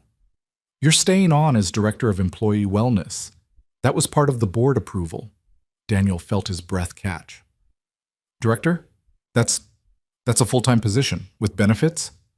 Salary, benefits, office, everything. You'll oversee implementation across all departments, train managers, handle escalations for the emergency fund. It's a big job." Alexandra smiled. "But if anyone can do it, you can. I don't have a business degree. I'm not qualified. You're the most qualified person I know. You've lived both sides of this equation. You understand what it's like to need help and what it takes to provide it. That's worth more than any MBA." Daniel looked at Mia, who was demonstrating to Ellie how Elsa's ice powers would work against Kryptonian biology. His daughter, who'd grown up watching him struggle, who'd learned too young what it meant to choose between dignity and survival, deserved to see him succeed, deserved to know that the world could be different. "Okay," he said. "I'll do it." The transition happened quickly. Daniel gave notice at the janitorial company, who were sorry to lose him but understood. He cleaned out his locker, turned in his uniform, said goodbye to Marcus and the other guards who'd treated him like a human being when he needed it most. His first day as director of employee wellness, he wore a suit that Alexandra had insisted on buying him, stood in an office that had his name on the door, and felt like an imposter. But then the first person knocked, a young woman from accounting, tears streaming down her face, explaining that her mother had been diagnosed with Alzheimer's and she didn't know how to manage work and caregiving. Daniel listened to her story. He walked her through the flexible scheduling options, helped her apply for emergency fund assistance, connected her with resources for caregiver support. And when she left his office, her shoulders were straighter, her face lighter. That's when it hit him. This was real. He was really helping people, really changing things. The weeks turned into months. The program expanded department by department. Daniel hired a team to help manage the growing workload, 2 case managers and an administrative coordinator, all of them people who'd lived through their own crises and understood what it meant to need help. Resistance came, as predicted. Some managers complained about the special treatment. Some employees tried to game the system. Some board members continued to grumble about costs. But the data kept coming in, month after month, showing reduced turnover, improved productivity, higher satisfaction scores. Titan Tech started getting press, good press, about being a leader in employee wellness and work-life balance. Recruitment became easier. The company's reputation shifted. 6 months in, Daniel was sitting in his office reviewing fund applications when Alexandra appeared in his doorway. "Do you have a minute?" "For you, always." She came in and closed the door, her expression serious. "I need to tell you something, and I need you to hear it completely before you respond." Daniel felt his stomach drop. "Okay." Marcus Holloway resigned from the board yesterday. He gave some official reason about wanting to spend more time with family, but the reality is he couldn't stomach the direction the company was going. He sent me a letter, his final act of defiance, I guess, saying that we'd turn Titan Tech into a charity organization masquerading as a business and that it would fail within 3 years. Alexandra D. Let me finish. After he resigned, the board met. They reviewed every metric, every expense, every outcome of the program. And then they did something I didn't expect. She paused, and Daniel saw tears in her eyes. They voted unanimously to double the emergency fund budget. They want to expand the program beyond just employees, to include contractors, part-timers, anyone who works for Titan Tech in any capacity. They said, her voice broke. They said this is what Titan Tech should be known for. Not just what we build, but how we treat people while we're building it. Daniel felt something break open in his chest. That's incredible. It's because of you. Because you stood in that boardroom in your janitor's uniform and made them see what they'd been missing, because you turned your pain into purpose. Alexandra wiped her eyes. Thank you for everything, for saving Ellie, for saving me, for showing me what leadership actually looks like. I didn't save you, you saved yourself. I just held up a mirror. Then thank you for the mirror. They sat in comfortable silence for a moment. 2 people who'd been brought together by crisis and had chosen to build something beautiful from the wreckage. How's Ellie doing? Daniel asked. Thriving. She's back in school full-time, her counts are stable, and she's driving me crazy with her endless energy. Alexandra smiled. She wants to have a joint birthday party with Mia next month. They've been planning it in secret, but I've overheard enough to know it involves a lot of frozen decorations and possibly a petting zoo. Mia hasn't mentioned a petting zoo, but that sounds about right. Daniel laughed. She's been happier these past few months than I've seen her since Sarah died. Having a friend like Ellie, having stability, having a father who comes home from work not completely exhausted, it's made a difference. You've made a difference. In my daughter's life. In my life. In hundreds of employees' lives. Alexandra stood. I should let you get back to work, but Daniel, I'm really glad you blocked my elevator that morning, even though I was terrible about it, because it brought us here. After she left, Daniel sat alone in his office, looking out the window at the city below. He thought about that morning 6 months ago, kneeling on the floor with his stuck cleaning cart, being humiliated by a woman who couldn't see past her own crisis. He thought about the choice he'd made in the hospital, to give blood despite the hurt, to help despite having every reason not to. He thought about Sarah's voice, the way she used to say that kindness was never wasted, that every act of grace rippled outward in ways you couldn't predict. And he thought about Mia, and how she'd watched him transform from broken to something new. Not because circumstances changed, but because he'd had the courage to insist on being more than what the world told him he could be. His phone buzzed. A text from Mia, sent from Mrs. Chen's apartment. Daddy, can Ellie sleep over next Friday? We want to build a blanket fort and watch movies and talk about important things like whether Anna should have married Christoph so fast or if they should have dated longer first. Mrs. Chen says it's okay with her if it's okay with you and Ellie's mom. Daniel smiled and typed back, I'll check with Ellie's mom, but I think we can make that happen. Love you, sweetheart. Love you more, Daddy. You're the best. Another text came in, this one from Alexandra. Ellie just asked if Mia can sleep over Friday. I assume our daughters have coordinated this. Should we just accept that we've been outmaneuvered by 9 and 7-year-olds? Daniel laughed and responded, I think that's the wisest course of action. These two are a force of nature. They really are. I'll bring Ellie by Friday after school, and Daniel, thank you for everything, but especially for letting Mia and Ellie be friends, for not holding my mistakes against my daughter. Ellie's not responsible for your mistakes, and honestly, they're not mistakes anymore. They're just the path that brought us all here. He set down his phone and returned to the fund applications on his desk. There was Marcus Thompson requesting assistance for his father's ongoing stroke rehabilitation. There was a new request from someone in sales whose husband had lost his job and they were facing eviction. There was another from a programmer whose child needed surgery. Each application represented a crisis, a moment when someone's life was falling apart and they needed help. And Daniel got to be the person who helped them, who said, yes, we see you, we value you, you matter. It wasn't the career he'd planned, wasn't the life he'd imagined when he'd been a young engineer with a wife and dreams and the arrogant certainty that tragedy happened to other people. But it was meaningful, it was right, it was exactly where he was supposed to be. As the afternoon sun slanted through his office window, Daniel approved the applications, sent the emails, made the calls that would change lives. And he thought about how sometimes the worst moments of your life, the humiliations, the losses, the moments when you were broken open, were just doorways to becoming who you were always meant to be. Not despite the pain, because of it. And that made all the difference.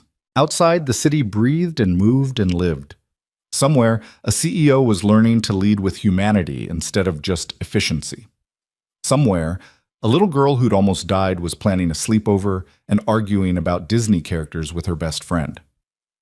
Somewhere, employees were getting help when they needed it most. Their crises transformed from catastrophes into manageable challenges.